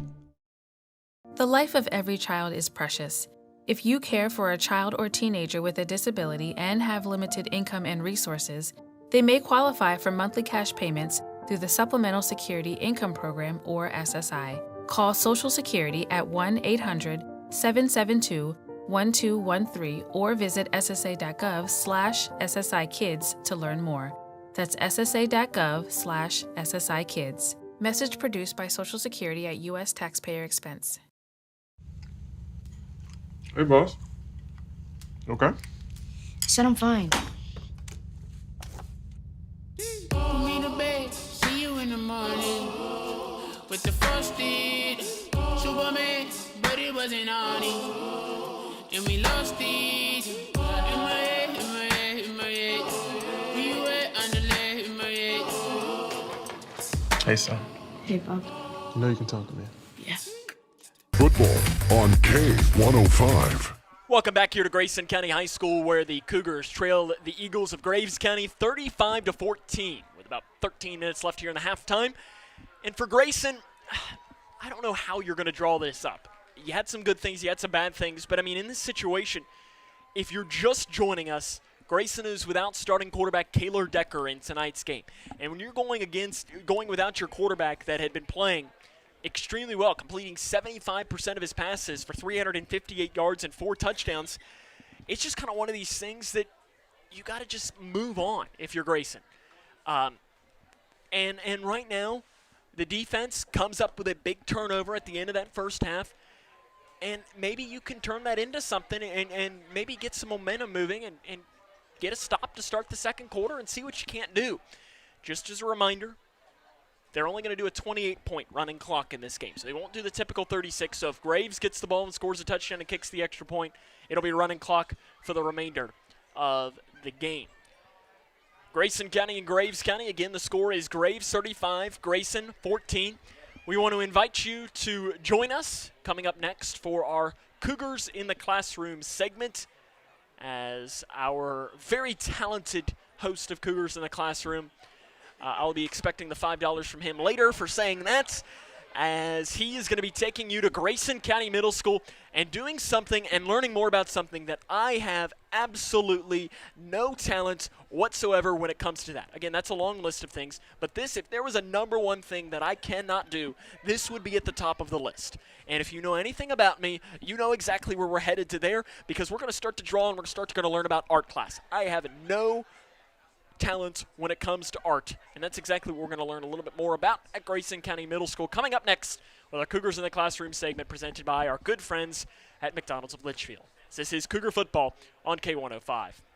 Hi, I'm Janine Lucas with Wilson Muir Bank. Our focus is on building communities, and in many of our markets, agriculture is at heart of those communities. We are proud to partner with local farmers and value your role in Kentucky and globally. Our commitment runs deep because we understand your passion for farming. Many of us are farmers ourselves. Whether farming is your pastime or your livelihood, invite us to your operation or stop by our offices and let us know how Wilson Muir Bank can help you grow. Together we build community. Member FDIC, Equal Housing Lender, NMLS 403246. The pandemic changed our world and the way we work, live, and connect. But there are better days ahead. As a boy, I fought polio. Today, America's been polio-free for 40 years thanks to vaccination. We'll beat COVID-19 with vaccine too. Protect yourself and your family. Get vaccinated. Learn more at cdc.gov/coronavirus. This message brought to you by the National Association of Broadcasters and this station. Wash your hands, stay home, cover your cough. It's our new reality with COVID-19, and that means calling ahead instead of going directly to a doctor or hospital if you're sick. It means being more patient. We're all in this together, and we all have a role in preventing the spread. So, prepare, focus on the essentials, protect, keep some space from people outside your home, and disinfect a lot. Get the facts at kycovid19.ky.gov. Prepare, protect, disinfect. We, the people, are guaranteed 5 freedoms in the First Amendment. Freedom of speech. Freedom of religion. Freedom of the press. Freedom to peaceably assemble. Freedom to petition the government. Only the United States has these 5 freedoms so simply bound together and guaranteed. Think first. Learn more at thinkfirstamendment.org. While the Cougar athletic teams get most of the spotlight from the community, it is in the classroom where they first learn to succeed. This season, we will be featuring some of the people and programs that are making a difference in the lives of Grayson County students. Tonight's Cougars in the Classroom, presented by McDonald's of Litchfield, takes us to the Grayson County Middle School, where students are being educated on different types of art. Our art class usually just consists of making a bunch of different projects out of different media. It helps them build skills in different areas, but also helps them flex their creative thinking. Sam Tudor is the visual arts teacher at Grayson County Middle School. For Tudor, being an art teacher combines 2 lifelong passions. I had a huge passion for art and a huge passion for kids, and I thought, you know what, let's just put the 2 together. One of the goals of art class is to break the stereotype that art is just drawing. Well, we do more than just painting. Like this week we've done some sculpture and the kids really enjoyed that. But I usually try to give them prompts to make them think outside of the box instead of just everybody's looks the same. We look at each other's and everybody's is different. Students at GCMS touch on a wide range of topics. I am working on covering a little bit of drawing. We cover the elements of art, of course, because those are the foundations of how to talk about art and how we make art. We're doing painting. We've done sculpture this week. I plan on getting into some photography as well. Tudor knows that the subject can be draining at times, but new topics each week help prevent this from happening. Because they're actually getting to pick things that they like to do instead of just, here, do this one thing. Because I know that's why a lot of them get disinterested in math or social studies. They're all doing the same thing. In this class, they see each other's stuff and get super excited about what other kids are working on and get excited to show off what they're working on to the rest of the class. Art class doesn't just stop whenever school lets out. Right now, we do have an art club going on.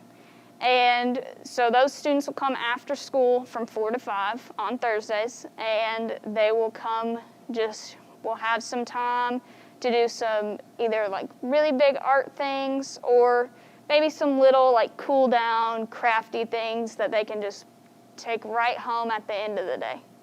Tudor knows students may be hesitant to start a new club, but the advice is simple.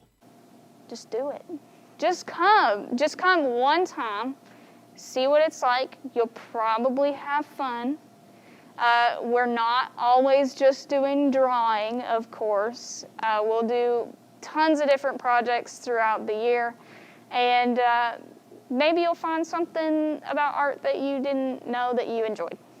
Visual arts can represent a number of different things to different individuals. Art, to me, represents a creative outlet. So the students will come in here and they get to do things that they may have not thought possible. And I've gotten to do things personally that I didn't even think I would be able to do. I am Chase Blaine reporting for Cougars in the Classroom, presented by McDonald's of Litchfield. The halftime show will continue in just a moment.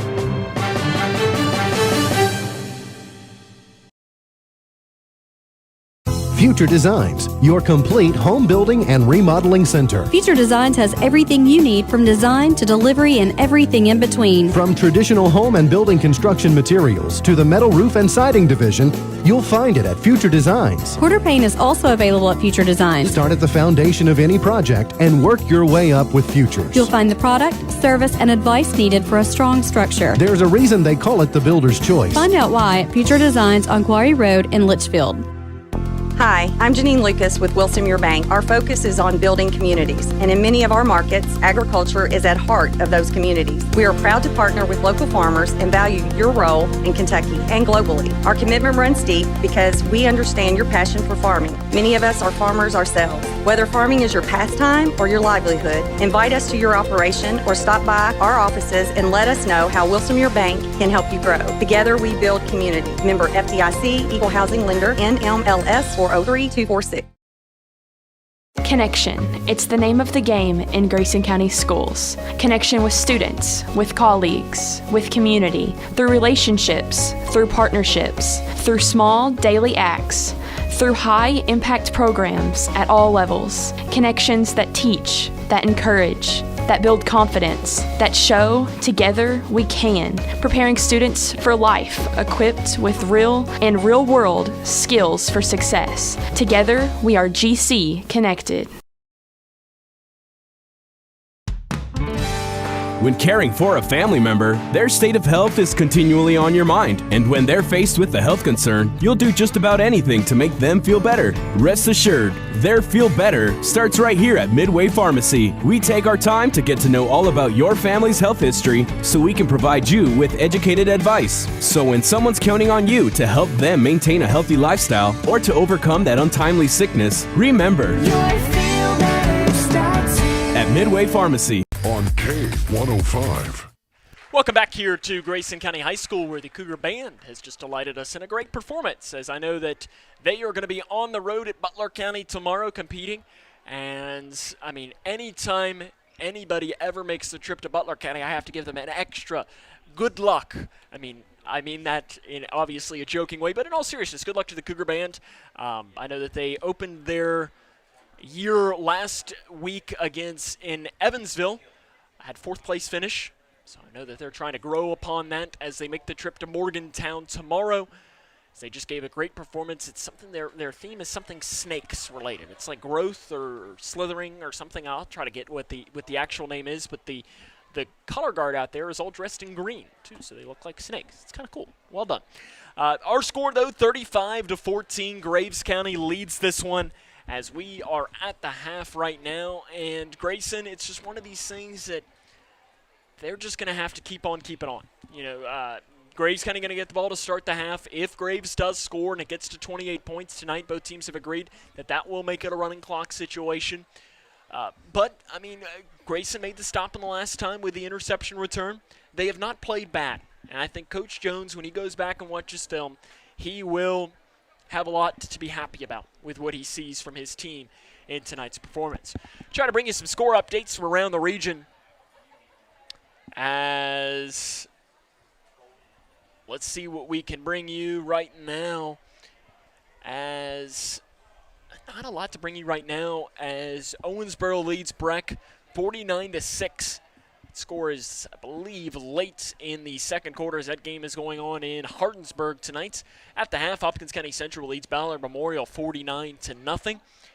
Davis County leading Madisonville North Hopkins 28-22. Game is approaching halftime in that one. Louisville Male on top of Louisville Trinity 24-10 with 4 minutes and 28 seconds to play in the first half, in the game of that one. As Louisville Trinity, I believe that'll push them to either 0-4 and 0-5. And I'm sure you could go around, you know what, I can even say this, you could probably go around the country and not find a better 0-5 team than Louisville Trinity if they do end up losing in that one. Score at the half, Meade County leads Apollo 20-7. Christian Academy of Louisville on top of Owensboro Catholic at the end of the first quarter, 28-13. Metcalfe County on top of Clinton County, 28-0. Warren East is getting past Russell County, 35-7. That score is also at the half of that one. And it appears that is most of the scores that we have to bring you right now at this situation. Allen County Scottsville leads Warren Central 35-12, just approaching the end of the first half of that game. Our score, though, Graves County leads Grayson County 35-14, and how we got to that point, it started off not a great start for them. They went 3 and out. Took Graves County, just only 3 plays to go 35 yards, ending with a 2-yard touchdown run by Clint McKee. The Cougars went turnovers on downs, and again, deja vu. 2-yard touchdown run by Clint McKee, the second of his 4 on the first half, and it looked like it was going to be a rout for Graves County early on. They led 14-0, but Grayson had an answer. On their second play of their third drive of the game, it was a 73-yard touchdown run by Hunter Felty. The PAT was good. Graves County answered quickly in what was their longest drive of the game, going 6 plays, ending with a 36-yard touchdown pass from Drake DeFreitas to Marcus Isaiah, a 36-yard touchdown. And Graves was up 21-7, but again, the Cougars had an answer. An 89-yard return by Chandler McCready to give Grayson County, and the 2-point conversion was good. The Cougars were back to within 7 at 21-14. Graves then added 2 more touchdowns. Clint McKee, a 70-yard touchdown run, and a 90-yard touchdown, and a 19-yard touchdown run by Clint McKee. 35-14, Grayson and Graves. Graves leads, and the second half is next here on K105.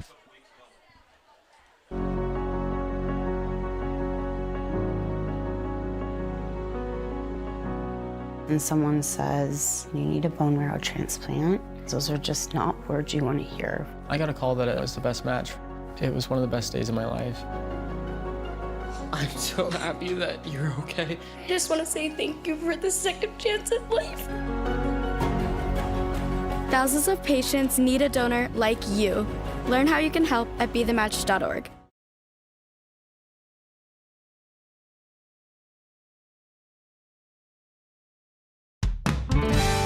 When caring for a family member, their state of health is continually on your mind. And when they're faced with a health concern, you'll do just about anything to make them feel better. Rest assured, their feel better starts right here at Midway Pharmacy. We take our time to get to know all about your family's health history so we can provide you with educated advice. So when someone's counting on you to help them maintain a healthy lifestyle or to overcome that untimely sickness, remember, your feel better starts here at Midway Pharmacy.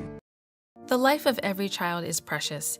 If you care for a child or teenager with a disability and have limited income and resources, they may qualify for monthly cash payments through the Supplemental Security Income Program, or SSI. Call Social Security at 1-800-772-1213 or visit ssa.gov/SSIkids to learn more.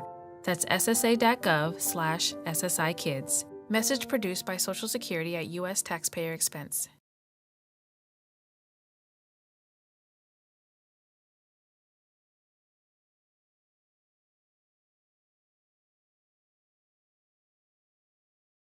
Weekend. Looking forward to seeing you back here on Stupid Get in the Know. Weekday mornings at 9 on Litchfield's Country Station, 103.9 The Moose, and the Twin Lakes Best Mix, K105.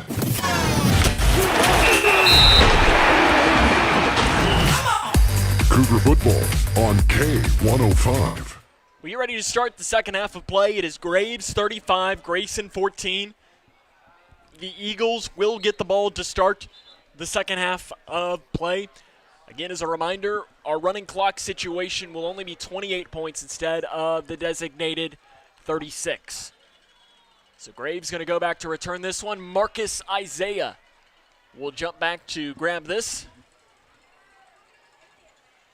As he's standing deep back at about his own 5-yard line, Cade Goatley is also back, but he's standing back towards the 15. Jackson Kane to kick this off from the near hash. Cougars working from left to right on your radio dial. And they're all orange jerseys with the white numerals. First time they've gone all orange this season. Kane to kick this one away, and we are underway in the second half. It's a short little pooch kick, takes a high bounce, and it's caught by Graves County, breaking through across the 45, across the 50-yard line, and that backfired in a big way for Grayson, as it was picked up on the bounce by Wesley Feltz, the backup quarterback, and he just had a full head of steam when he picked it up and ends up returning that one up to the 46-yard line. So it's on the Cougars 46 here at the start of this second half of play, and it's not what Grayson County wanted. They'll go shotgun to start off with Will Graves. They lead 35-14. McKee is to the left of the sophomore quarterback, Drake DeFreitas. High snap, handoff McKee, right side. He breaks back towards the middle at the 40-yard line, slips another tackle at the 45, and breaks it down here towards the 30-yard line, as that is a big-time carry by Clint McKee. As he's up to the 30-yard line, give him 16 yards and a first down, Graves County. I mean, for Grayson, Clint McKee, I think the total was his 7 carries for 144 yards in the first half of play. If you want to win, you can't be giving up that. Now, you can say, okay, well, 70 of those yards came on one play. Well, then you're still at 6 for 70 yards. So it's still not like that helps you by any means. They'll go shotgun one more time. This time it's a handoff to Feltz up the middle, back towards the middle, across the 20, brought down. No, he breaks the tackle inside the 10-yard line. As that was Wesley Feltz on the carry up to the 8-yard line. That's a 22-yard pickup there for Wesley Feltz, who's listed as a quarterback on the roster for Graves County. So he gets that up to the 8-yard line. First down and 10, Graves.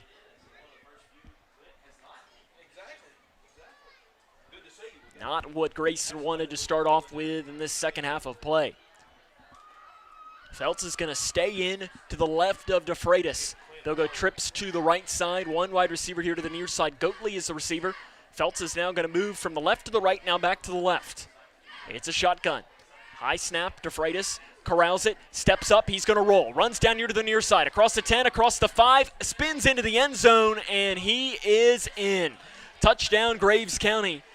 The Eagles strike again, and they lead this one 41-14 with 10 minutes and 31 seconds to play in the third quarter. If the PAT is good, we will be in a running clock situation.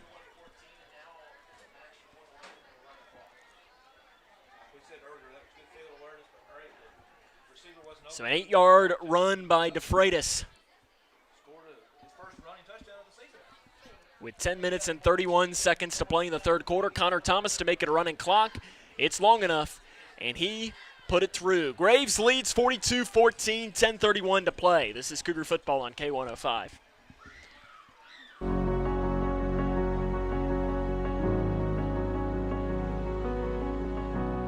And someone says, you need a bone marrow transplant, those are just not words you want to hear. I got a call that it was the best match. It was one of the best days of my life. I'm so happy that you're okay. I just want to say thank you for the second chance at life. Thousands of patients need a donor like you. Learn how you can help at BeTheMatch.org. The pandemic changed our world and the way we work, live, and connect. But there are better days ahead. As a boy, I fought polio. Today, America's been polio-free for 40 years thanks to vaccination. We'll beat COVID-19 with vaccine too. Protect yourself and your family. Get vaccinated. Learn more at cdc.gov/coronavirus. This message brought to you by the National Association of Broadcasters and this station. Drake DeFreitas carries one in from 8 yards out, and Graves County has put us into a running clock situation. They lead 42-14 with 10 minutes and 31 seconds to play. Connor Thomas to kick this one away from right to left, and it is a booming kick that's going to take a bounce and roll out of bounds inside the 1 yard line. That was a huge risk by Chandler McCready. As he turned and watched that, he thought it was going to go out of the back of the end zone, and Graves had a rush going to grab that one, but it bounces out of bounds at the half-yard line. That is a huge break for Grayson County, as it could not have been much closer on that one. So the clock moves to the remainder of this game. Grayson will have the ball here with under 10 minutes to play. Ball placed on their own 35-yard line. Let's see what they can draw up here for Grayson. This is one of these situations where you're just trying to get some momentum rolling into next week when you play Muhlenberg County. It's a shotgun formation. handing it off in the backfield. McCready breaks a couple of tackles and is smashed at the 35 as he got back to the line of scrimmage. He was immediately pushed backwards. As in there on the tackle was Cornwell for Graves. No gain on the run there by the senior running back, McCready. As McCready looked like he was going to be brought in the backfield there, brought back down for about a 3-yard loss, but ended up kind of moving through, showing off a little bit of the moves there, a little bit of the dance moves in the backfield, and ended up getting up to the 35-yard line. They'll go trips to the left side. Owen Bratcher, the lone receiver, down here to the near side. Now they're going to switch it up, and a timeout is going to be taken by Brian Jones. That is one of the lone situations that the clock will stop here in this game with 8 minutes and 47 seconds to play in this third quarter. It is 42-14, Graves on top of Grayson. Grayson County next week will be on the road. They're going to make the trip to Muhlenberg County, as that will be a 7 o'clock kickoff from Greenville, as we'll, of course, be there with the coverage for you live on K105 and K105 Digital Productions. And then the week after that, that is going to be a Thursday game. A Thursday game against Breckenridge County, September the 30th, Thursday night, 7 o'clock kickoff against the Tigers. So that's something to keep in mind, not your typical Friday night, but instead they're going to move that to Thursday. And the week after that will be the scheduled Cougars bye. That can change. I know that Coach Jones, if you asked him, he'd probably like to pick up a game to kind of replace that Barron County game, more just because you can never, playing is never a bad thing. You got to play as much as you can when you got the opportunity to do so. Trips here to the near side, one wide receiver to the left side. Out of the timeout, it's 42-14. Graves on top of Grayson. Running clock situation, 8 minutes, 47 seconds to play here in the third quarter. It's a handoff up the middle and spun down at the 35. Still no gain. One more time for Grayson on the run. That was McCready on the run, and Chandler has really had nothing to work with on offense tonight. So it'll be 3rd down and 10 coming up for Grayson. Ball placed on their own 35-yard line. They've had 2 rushes to start this drive for nothing. Both to McCready. I think he's looking at about 9 carries for about 9 yards right now for Grayson. Now the one positive is he does have just about a 90-yard kickoff return for a touchdown. So he has found the back of the end zone in this one. They're going to spread it out. 2 wide receivers on each side. The shotgun formation for Felty. Graves showing blitz. Now they're going to back off. And they're going to pull it up here, and they're just going to do a 4-man rush. And Felty breaks through the tackle in the backfield. He's going to scramble across the 40-yard line. Tries to get outside the numbers across the 45. He's got the first down and more, and brought down at the 50-yard line. What a run by Hunter Felty. He looked like he was going to be brought down for a loss in the backfield, but ends up carrying that for a 15-yard pickup and a first down, Cougars. Really nice run there by Hunter Felty. This time Michael Wood is going to run in and deliver the play call to the Grayson County huddle. So you've got Felty and McCready in the backfield. Felty in the center. McCready is to his left. Going to go 2 wide receivers on each side. Showing blitz again is Graves. And ball's out. McCready falls on top of it. And the handoff there, the ball ends up popping out. And luckily Hunter Felty was right there to fall on top of it.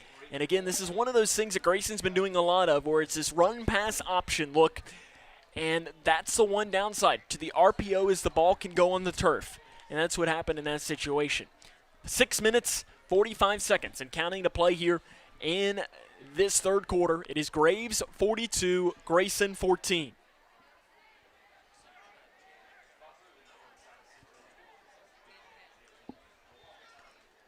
Hunter Felty, a long run in. It'll be 2nd down and about 17 coming up for Grayson.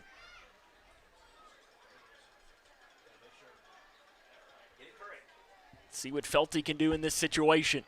2 wide receivers to the left side, 2 here to the right side as well. Again, Graves coming in from the slot. Felty looks to run, goes up the middle, and runs into the offensive line that immediately drives him backwards for no gain on the play. In fact, he's going to end up losing a couple of yards. As back to the 40-yard line. So it'll be 3rd down and 20 for Grayson. They need to get the ball to the Graves 40-yard line.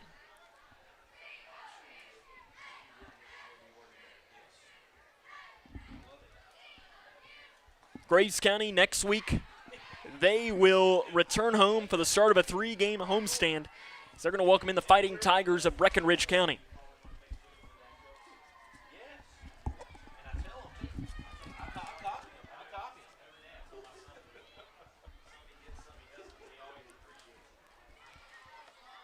So here comes Grayson, 3rd down and 20. They'll fake the jet sweep. Back to pass is Felty, throws into the middle, and it's off the fingertips and caught by Bratcher. Across the 40, across the 35, keeps the legs moving inside the 25-yard line. What a catch by Owen Bratcher as he caught it, tipped it up into the air, and on the tip, kept his concentration and was able to pull that one down. Big-time pickup for Grayson County as it gets up to the 23-yard line. What a play by Owen Bratcher. That was a really, really nice pitch and catch. Give him about 36 yards in the pass completion. 42-14, Graves still leads Grayson. 4 minutes, 35 seconds to play in the 3rd quarter. Owen Bratcher with a little bit of a Sports Center play on that one. Van Meter and McCready go out to the left. One wide receiver down here to the near side. Felty all alone in the shotgun. McCready comes from the far side to the near side on the jet sweep. He's going to fake the handoff to him. Felty up the middle, and he had nowhere to go. It's going to end up losing a yard on the play. I'll tell you, the Grayson County faithful tonight, they might be down by 28 points, but they have been into this game. They've been cheering on their team in this situation. 2nd down and 12 coming up for Grayson. Ball placed on the Eagles' 25-yard line. I think if you're Brian Jones, you've got to be happy in the long run with how your team has come out here in this situation. I think you're put into a predicament when your starting quarterback is out, and Felty has played pretty well, all things considered. We're going to go 4 wide receivers, one to the left side, trips here to the near side. It's a shotgun formation. Felty, 2-step drop, steps up. He's going to look to scramble, and he scrambles ahead across the 25-yard line and gets it back up to the original line of scrimmage at about the 23. 3rd down and 10 coming up for Grayson. 3:10 to play. 42-14, Grayson trails Graves in this one.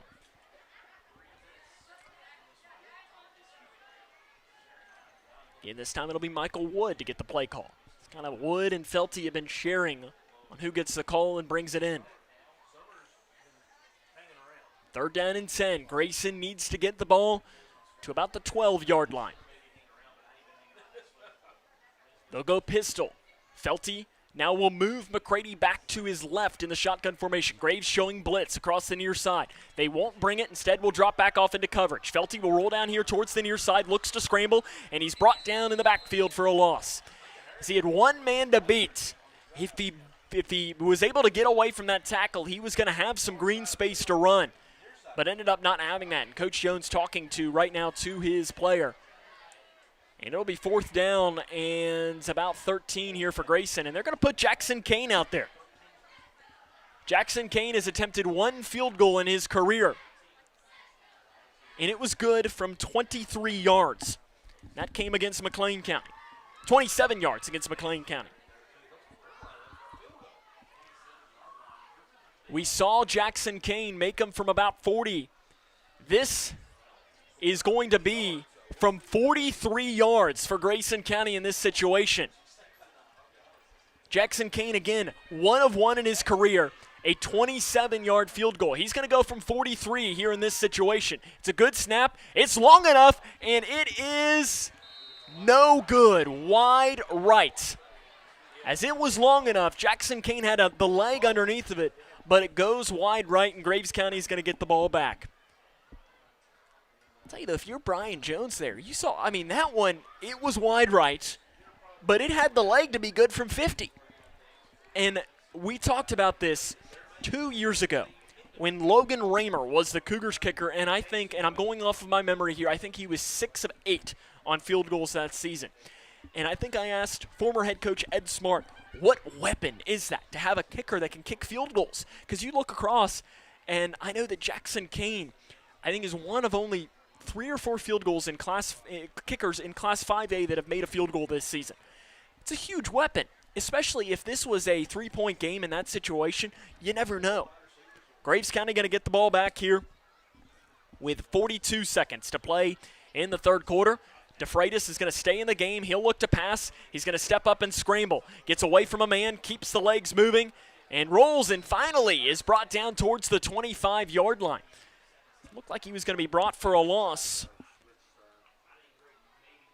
but it's going to be up to the 26-yard line, and that will presumably be the final play of the third quarter. I can't imagine Graves snaps this ball again. In fact, I'm a little surprised they still have their varsity offense on the field, as there's really no benefit into keeping them on. Looks like they're going to run one more play here.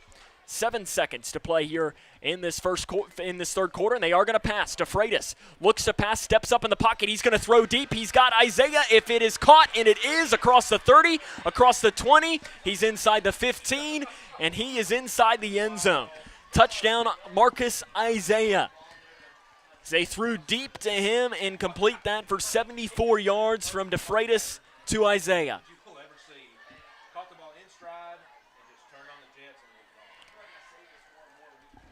As time expires in the third quarter, Graves County going to attempt an extra point. And I mean, I'm a little surprised Graves County was throwing deep there in that situation. But they're probably trying to test out their offense, see what they can't do. Connor Thomas to kick. Place down, kick is up. It's long enough, and he put it through. 49-14, Graves leads Grayson, as this is Cougar football on K105. Wash your hands, stay home, cover your cough. It's our new reality with COVID-19, and that means calling ahead instead of going directly to a doctor or hospital if you're sick. It means being more patient.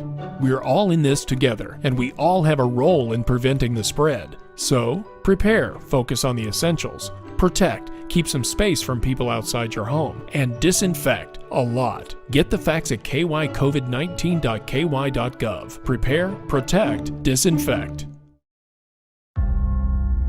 We, the people, are guaranteed 5 freedoms in the First Amendment. Freedom of speech. Freedom of religion. Freedom of the press. Freedom to peaceably assemble. Freedom to petition the government. Only the United States has these 5 freedoms so simply bound together and guaranteed. Think first. Learn more at thinkfirstamendment.org. Graves County scores on the final play of the third quarter, and they lead this one 49-14 as we get ready to start this fourth quarter of action. And they go deep on that play. I'll tell you, I'm a little surprised in that situation. I won't even lie. I don't know.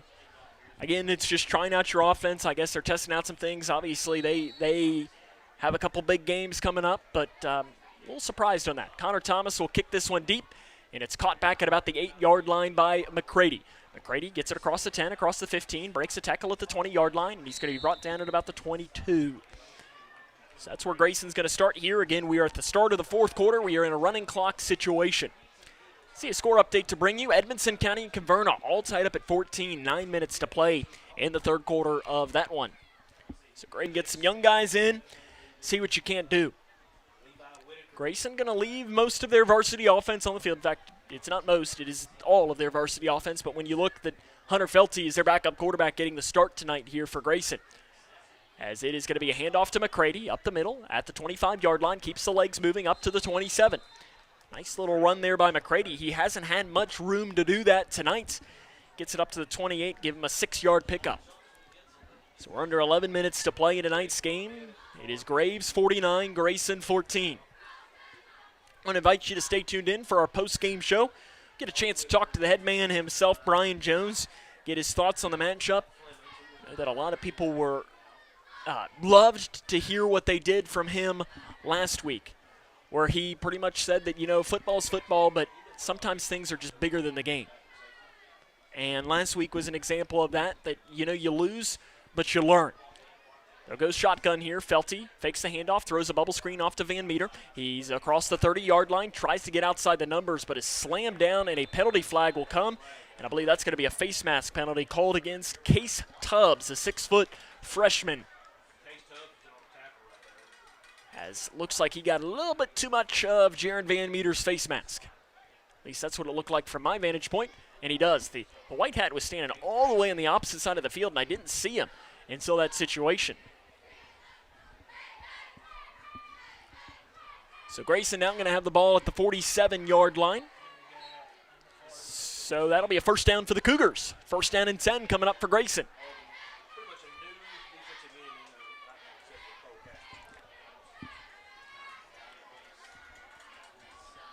So first down and 10, Grayson. Ball placed on their own 47-yard line. Trips to the right side. One wide receiver down here to the near side. Graves loading up on the inside. They're going to blitz up the middle. Felty tries to roll out to the far side, and he's looking to scramble. He's got a hole across the side, but it's going to come back for a holding penalty for Grayson on that far side. Looks like Van Meter is going to be the player whistled for that hold. 9 minutes and 33 seconds to play tonight's game. It is 49-14. Graves over Grayson.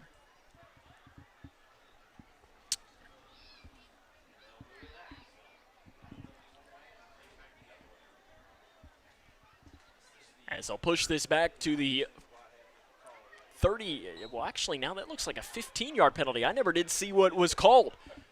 But it's back to the 36-yard line, so that's going to turn this into first down and very long for Grayson.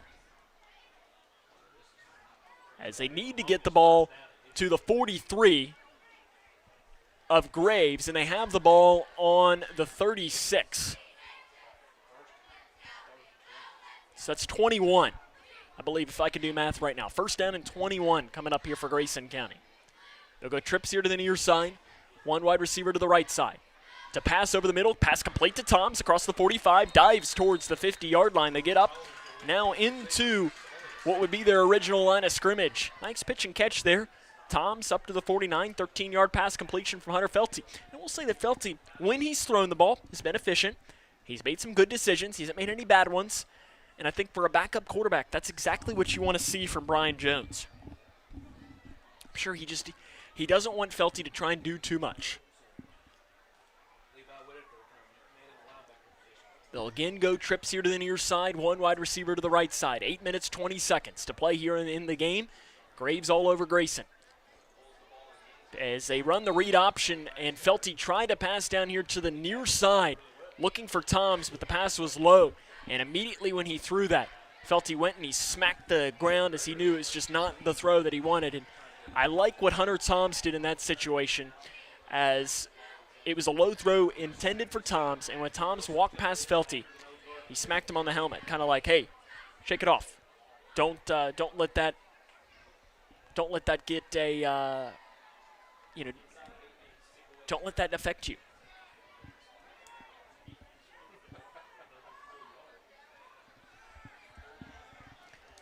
Third down and 8 for Grayson. They need to get the ball to the 43. Good snap, Felty, bubble screen, pass complete to Bradshaw, and he drops it. As they had that, Grayson had the room to move, did Bradshaw, but he drops that one. And it appears that Grayson, will they go for it in this situation? I think you do. I don't particularly love folding here and punting. They've gone for it on fourth down multiple times tonight. Haven't had a lot of success in doing so, but you're down 49-14. Graves is being able to score no matter what they do. So why not just go for it? And they will. So here it comes, fourth down and 8 for Grayson. They need to get the ball to the Graves 43-yard line. Trips to the right side. Running back is to the right to Felty. He's got to scramble away from 3 men, and he slips one tackle. He's not going to slip the next one, and is brought down in the backfield by Marcus Whitaker, the 5'11", 215-pound defensive lineman. And that'll be a turnover on downs for Grayson County with 6 minutes and 26 seconds to play here in the fourth quarter. So Graves is going to get the ball, and I would presume that it'll be the backup offense into the game for Graves, and that appears to be what it is. So it looks like the quarterback in for Graves County. We do have a new quarterback as DeFreitas will close his game.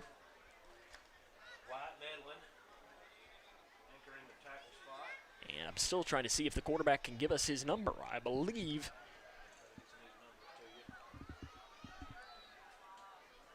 that might be Caden Gregory, the freshman in there. High snap.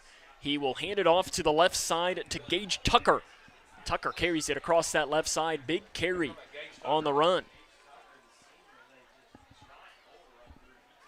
As that was a big-time run there by Gage Tucker.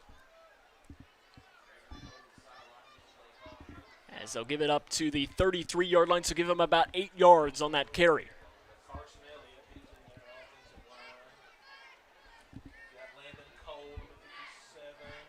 So it is Caden Gregory, the new quarterback into the game, the true freshman for Graves County, 5'11", 165 pounds, getting his first varsity action on his young career.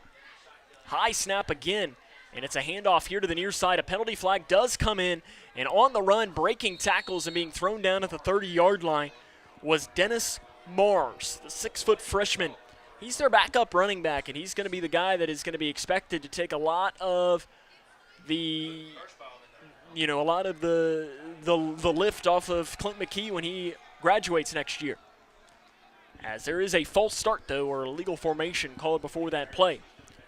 And it's going to move Graves County backwards, as it'll be passed back here to the 37-yard line.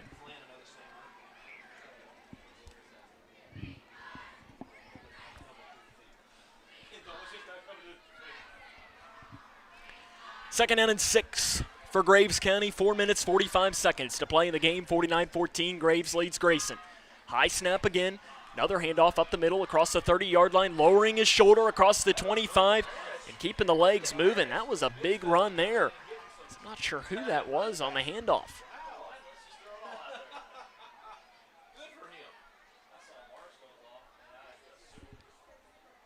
I believe that might have been Case Tubbs on the carry there for Graves County. Actually, it was Lincoln Harris, the senior, number 54, that was running the ball there. And it'll give it up to the 23-yard line, so he gets 14 yards. That's a first down, Graves County. 4 minutes to play again in tonight's game. Running clock situation. Graves leads Grayson in this one. So running back Tucker is to the left of Gregory. Gregory going to throw a bubble screen here to the near side. Overthrows it, a big-time hit by Jaron Van Meter. As the player there, a little slow to get up. As that was Marcus Whitaker. Josh Sutton. He's listed at 5'8", 115 pounds, and Jaron Van Meter, who's listed at about 5'4", 125 pounds, probably so. Look, there's a guy my size out here, and he slammed him down before the pass was going to be able to be complete. Like I said, Jaron Van Meter, he's played himself a nice little game tonight. He's had some nice moments. Shotgun again, Gregory. Hands it off up the middle. No, Gregory keeps it himself. Left side on the read option. He's outside the numbers, inside the 10, inside the 5. Gregory's inside the end zone. And Graves County leads this one 55-14. 23 yards on the run by Gregory.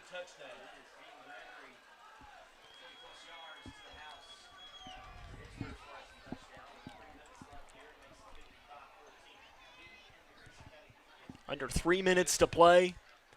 In this one, Connor Thomas to kick this one. As Caden Gregory was the man in there on the run for Graves County. The holder is Mason Grant. The kicker is Connor Thomas. 2:40 to play in tonight's game. Place down, kick is up, and he did not get it. So I believe that might have been partially blocked by Grayson County. So with 2 minutes and a half to play in this game, it's 55-14. Graves on top of Grayson. This is Cougar football on K105.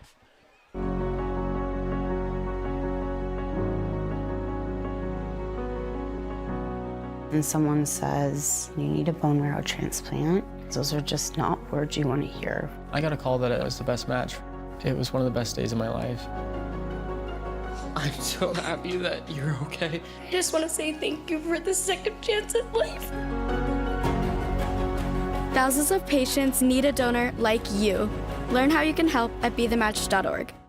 We've all seen it. People who thought COVID was a myth. I thought the vaccine was a hoax. It's hard to breathe. It don't try to kill you in just one way. It try to kill you in multiple ways. Now her whole family has tested positive for COVID-19. That vaccine could have stopped all of this. I would definitely have opted to get it. If they're not vaccinated, get vaccinated. See. Call the COVID-19 hotline at 1-800-232-0233. Thomas will kick this one away. We're just about a minute to go in this one. Is Grayson County going to fall 2-2 in games played in person as that kick goes out of bounds? And so Grayson going to get decent field position here to run their final play, their final drive of this game with 1 minute to go. And I'm sure in a lot of ways Coach Jones is going to probably run 2 runs, and then let's get out of here, make sure nobody else gets hurt. Well, I don't want to say nobody else. I don't think anybody for Grayson has really gotten hurt in this game, at least not that I have seen.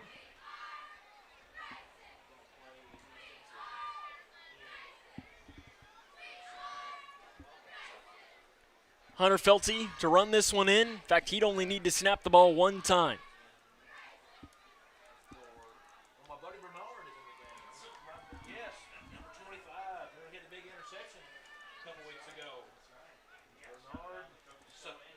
So here comes the shotgun formation. 2 wide receivers down here to the near side, 2 out.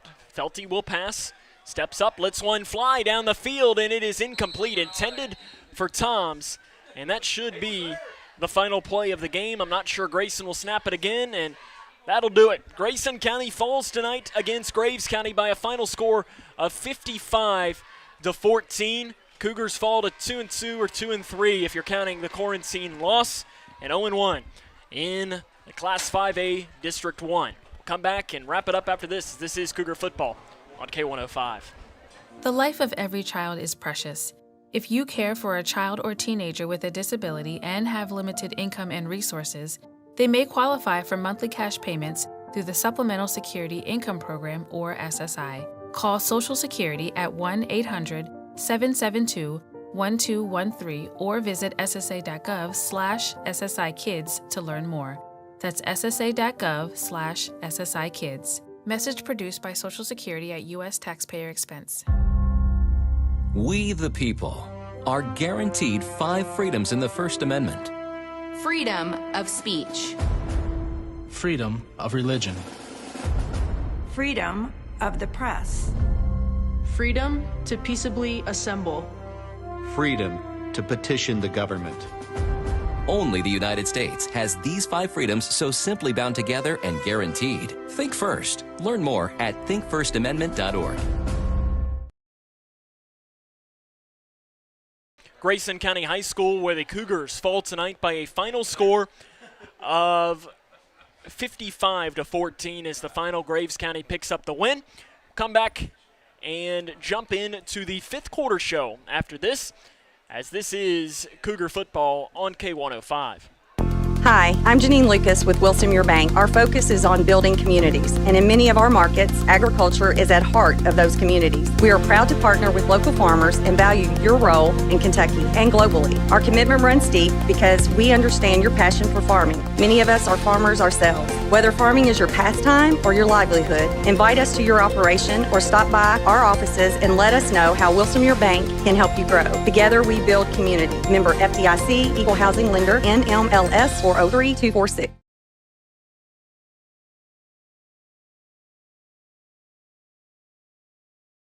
Future Designs, your complete home building and remodeling center. Future Designs has everything you need from design to delivery and everything in between. From traditional home and building construction materials to the metal roof and siding division, you'll find it at Future Designs. Quarter paint is also available at Future Designs. Start at the foundation of any project and work your way up with Futures. You'll find the product, service, and advice needed for a strong structure. There's a reason they call it the builder's choice. Find out why at Future Designs on Quarry Road in Litchfield. Wash your hands, stay home, cover your cough. It's our new reality with COVID-19, and that means calling ahead instead of going directly to a doctor or hospital if you're sick. It means being more patient. We're all in this together, and we all have a role in preventing the spread. So, prepare, focus on the essentials, protect, keep some space from people outside your home, and disinfect a lot. Get the facts at kycovid19.ky.gov. Prepare, protect, disinfect.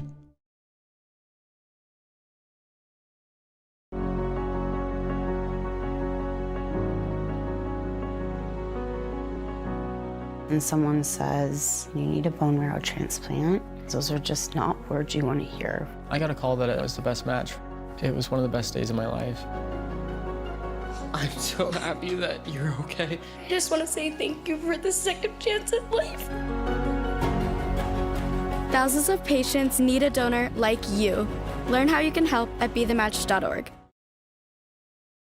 Connection.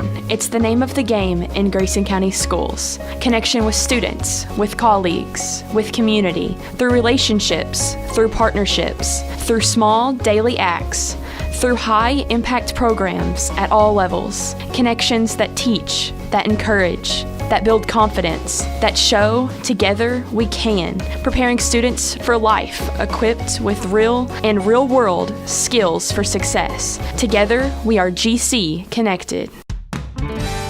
When caring for a family member, their state of health is continually on your mind. And when they're faced with a health concern, you'll do just about anything to make them feel better. Rest assured, their feel better starts right here at Midway Pharmacy. We take our time to get to know all about your family's health history so we can provide you with educated advice. So when someone's counting on you to help them maintain a healthy lifestyle or to overcome that untimely sickness, remember, your feel better starts here at Midway Pharmacy.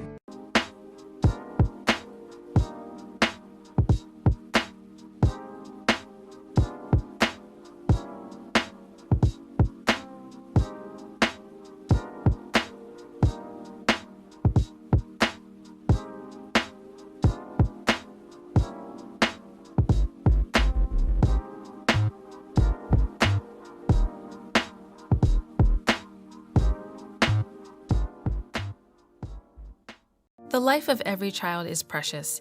If you care for a child or teenager with a disability and have limited income and resources, they may qualify for monthly cash payments through the Supplemental Security Income Program, or SSI. Call Social Security at 1-800-772-1213 or visit ssa.gov/SSI Kids to learn more. That's ssa.gov. Welcome back here to Grayson County High School, where the Cougars fall tonight by a final score of 55-14 against Graves County. Sam Gormley with you. This is the fifth quarter show on K105 and on K105 Digital Productions, and this is going to be one for Grayson to.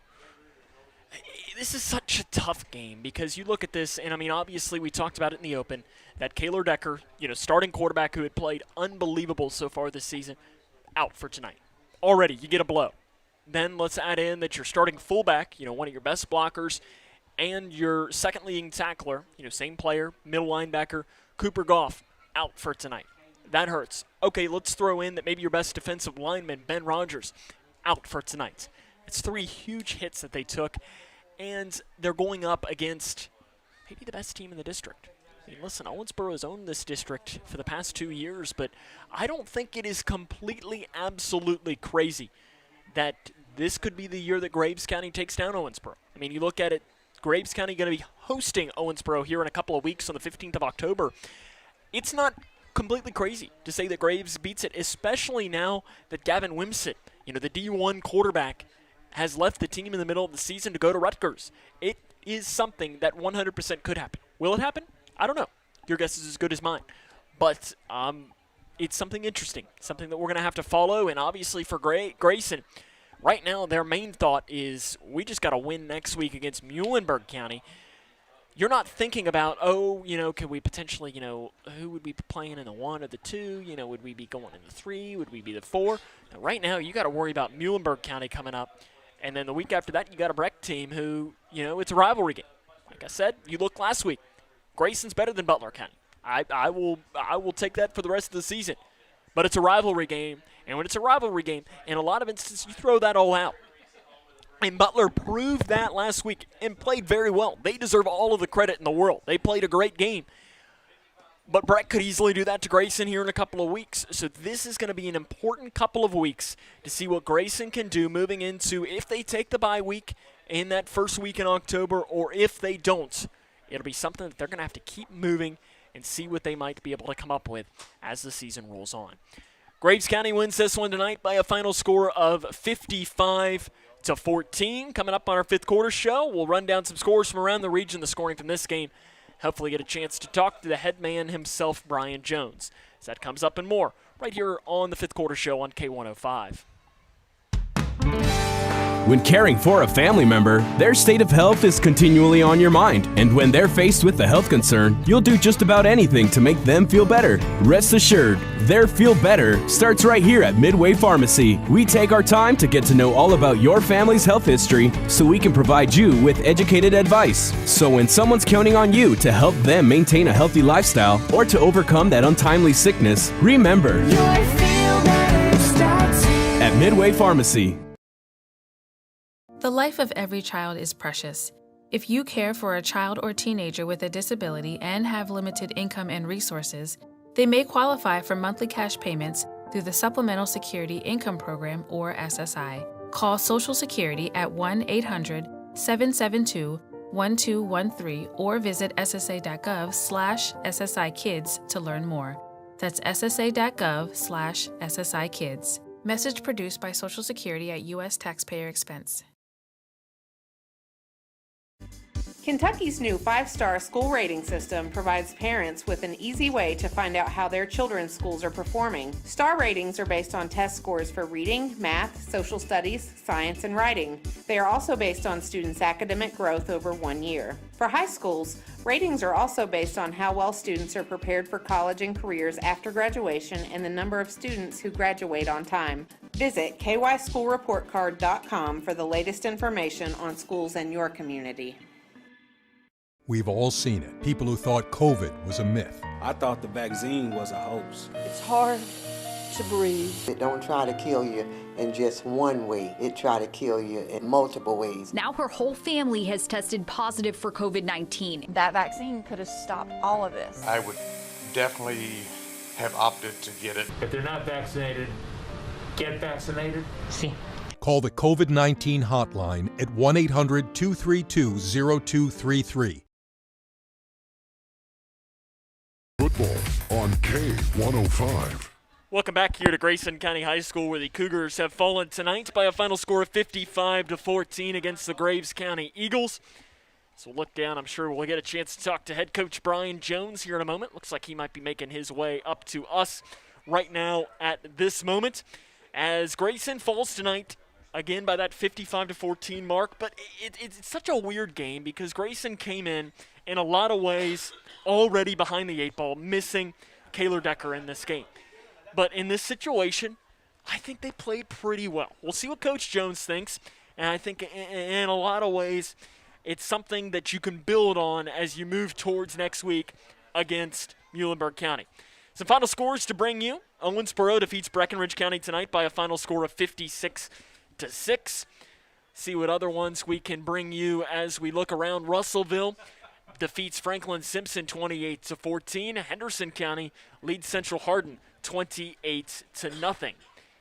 As that's some of the scores that we have to bring you from around the region, as Coach Jones now makes his way closer to us, as we'll get a chance to talk with him as we move in here to the Fifth Quarter Show. Again, if you're just joining us, Graves County picks up the 55-14 win against Graves in this one. You don't hear yourself. You don't hear me. You hear me. Okay, there we go. I guess I didn't have you turned up a lot. Coach, you come into this game, obviously, you look at it and you're missing Kaylor, Cooper, and Ben. You know, 2 of your most important players on defense and 2 of your most important players on offense already to start off with. Knowing that and knowing you're going up against a really good team, how do you think your team played tonight? You know, at times I thought we played pretty good. At times I thought we played pretty bad. I think the first 5 minutes we stepped out there and I think we were, we've gotten a little funk where I think we've kind of come out on the field a little intimidated by them. And kids aren't dumb. They see scores and different things like that. And it is they're a very good team. I'd say they're probably the favorite in the district. And, I think we were giving them some things, just kind of laying down and saying, let's get this over with. And then, we had a little conversation about having some pride and a little bit of heart. And, a couple plays later, boom, Hunter Felty busts the big run. And I think that created a little spark. And then, they score and And next thing you know, Chandler McGrady on, kickoff return. And again, I think they saw that, hey, maybe, with some really good effort that some good things can happen. And, I think as the game went on, we continued to fight and battle and got some guys in there that, aren't always playing varsity minutes. That got some minutes and got on the field. And so, some of these guys, I tell you, really gave maximum effort for pretty much the whole thing. And it was inspiring to kind of watch a few of them. It really was. Some other guys, we're going to need them to take a step forward and get more out of them in order for us to take a step forward as a team and be able to compete with, Graves and Owensboro. I wish we had their numbers. That's something that we're going to have to look at ways to improve to get more guys in. And, they've got 60 guys and we've got 38. We've got to try to get more kids out, and because there's some kids around here that can help us, and we need them playing football.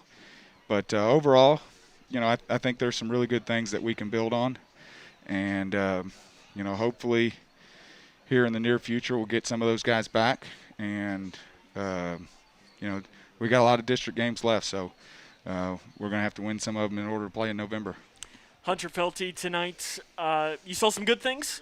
I know there was a little bit that obviously needs to be improved on, but considering that this is, last week I know he got to start at quarterback but didn't really get a lot because Kaler came in, but considering this is his first ever real 4-quarter start, how do you think he performed? I thought he played well. I really do. I think he protected the ball. I'd like to see him actually take a few more chances on some of our RPOs. He made some really nice passes.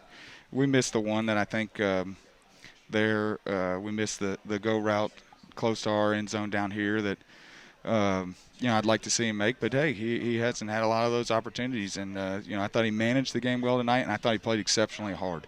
80-yard rush there and then some tough ones inside from time to time. He's one of our guys that I felt like from start to finish was giving us just about everything he had.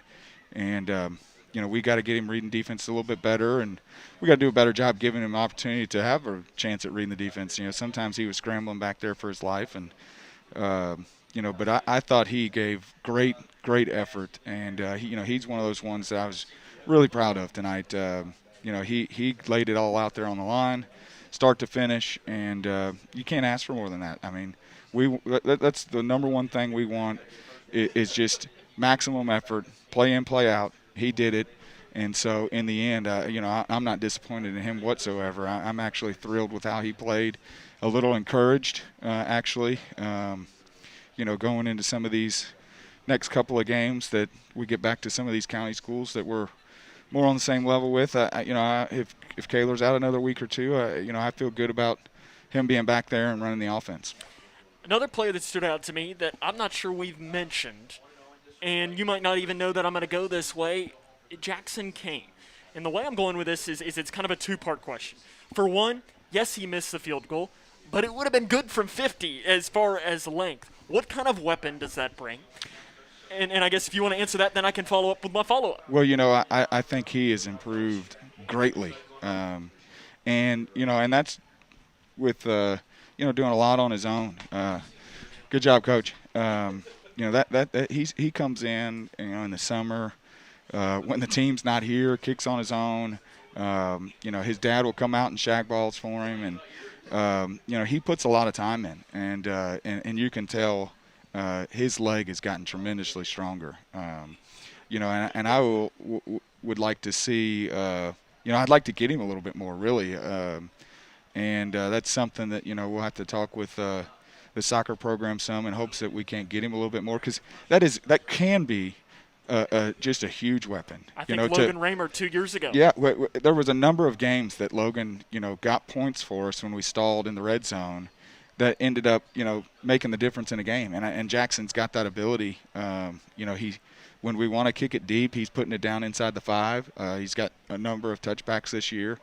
And, so it can be a huge weapon for us on both kickoff and PAT or field goal to end driving points instead of, trying a fourth down and not getting it and turning the ball over. So he's a huge weapon for us, and I think he'll continue to grow in that role of somebody that we can count on when we get down inside the 30.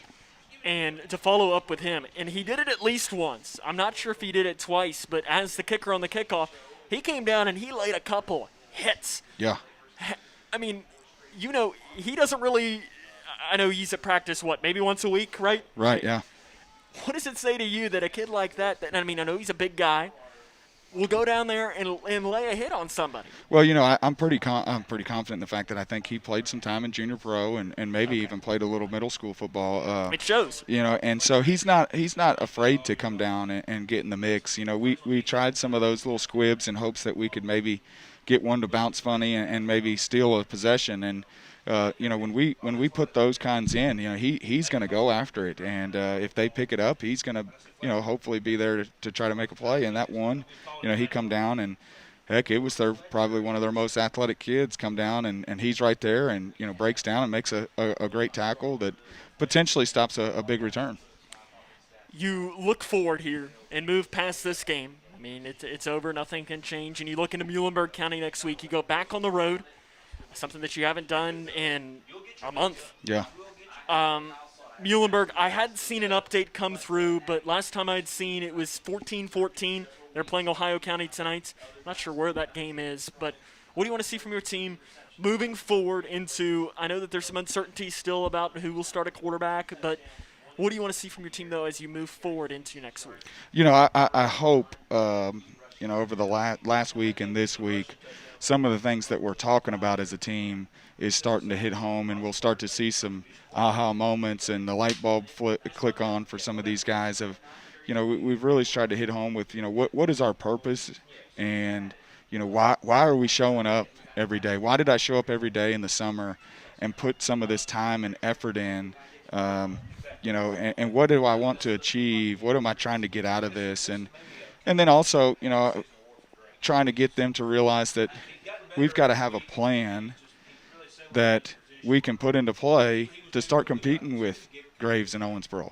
You know, I still think, and hopefully this doesn't bite me, but I still think, you know, we're better than Butler County. Even though we lost to them, I think we're the better team.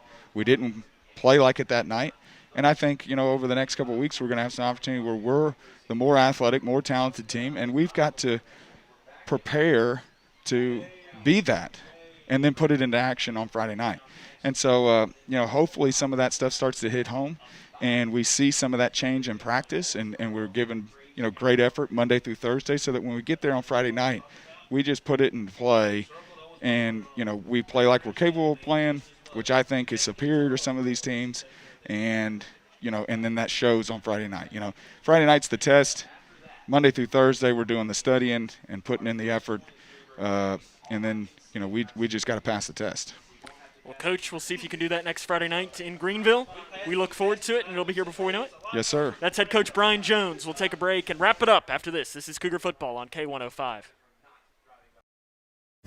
Kentucky's new 5-star school rating system provides parents with an easy way to find out how their children's schools are performing. Star ratings are based on test scores for reading, math, social studies, science, and writing. They are also based on students' academic growth over 1 year. For high schools, ratings are also based on how well students are prepared for college and careers after graduation and the number of students who graduate on time. Visit kyschoolreportcard.com for the latest information on schools in your community.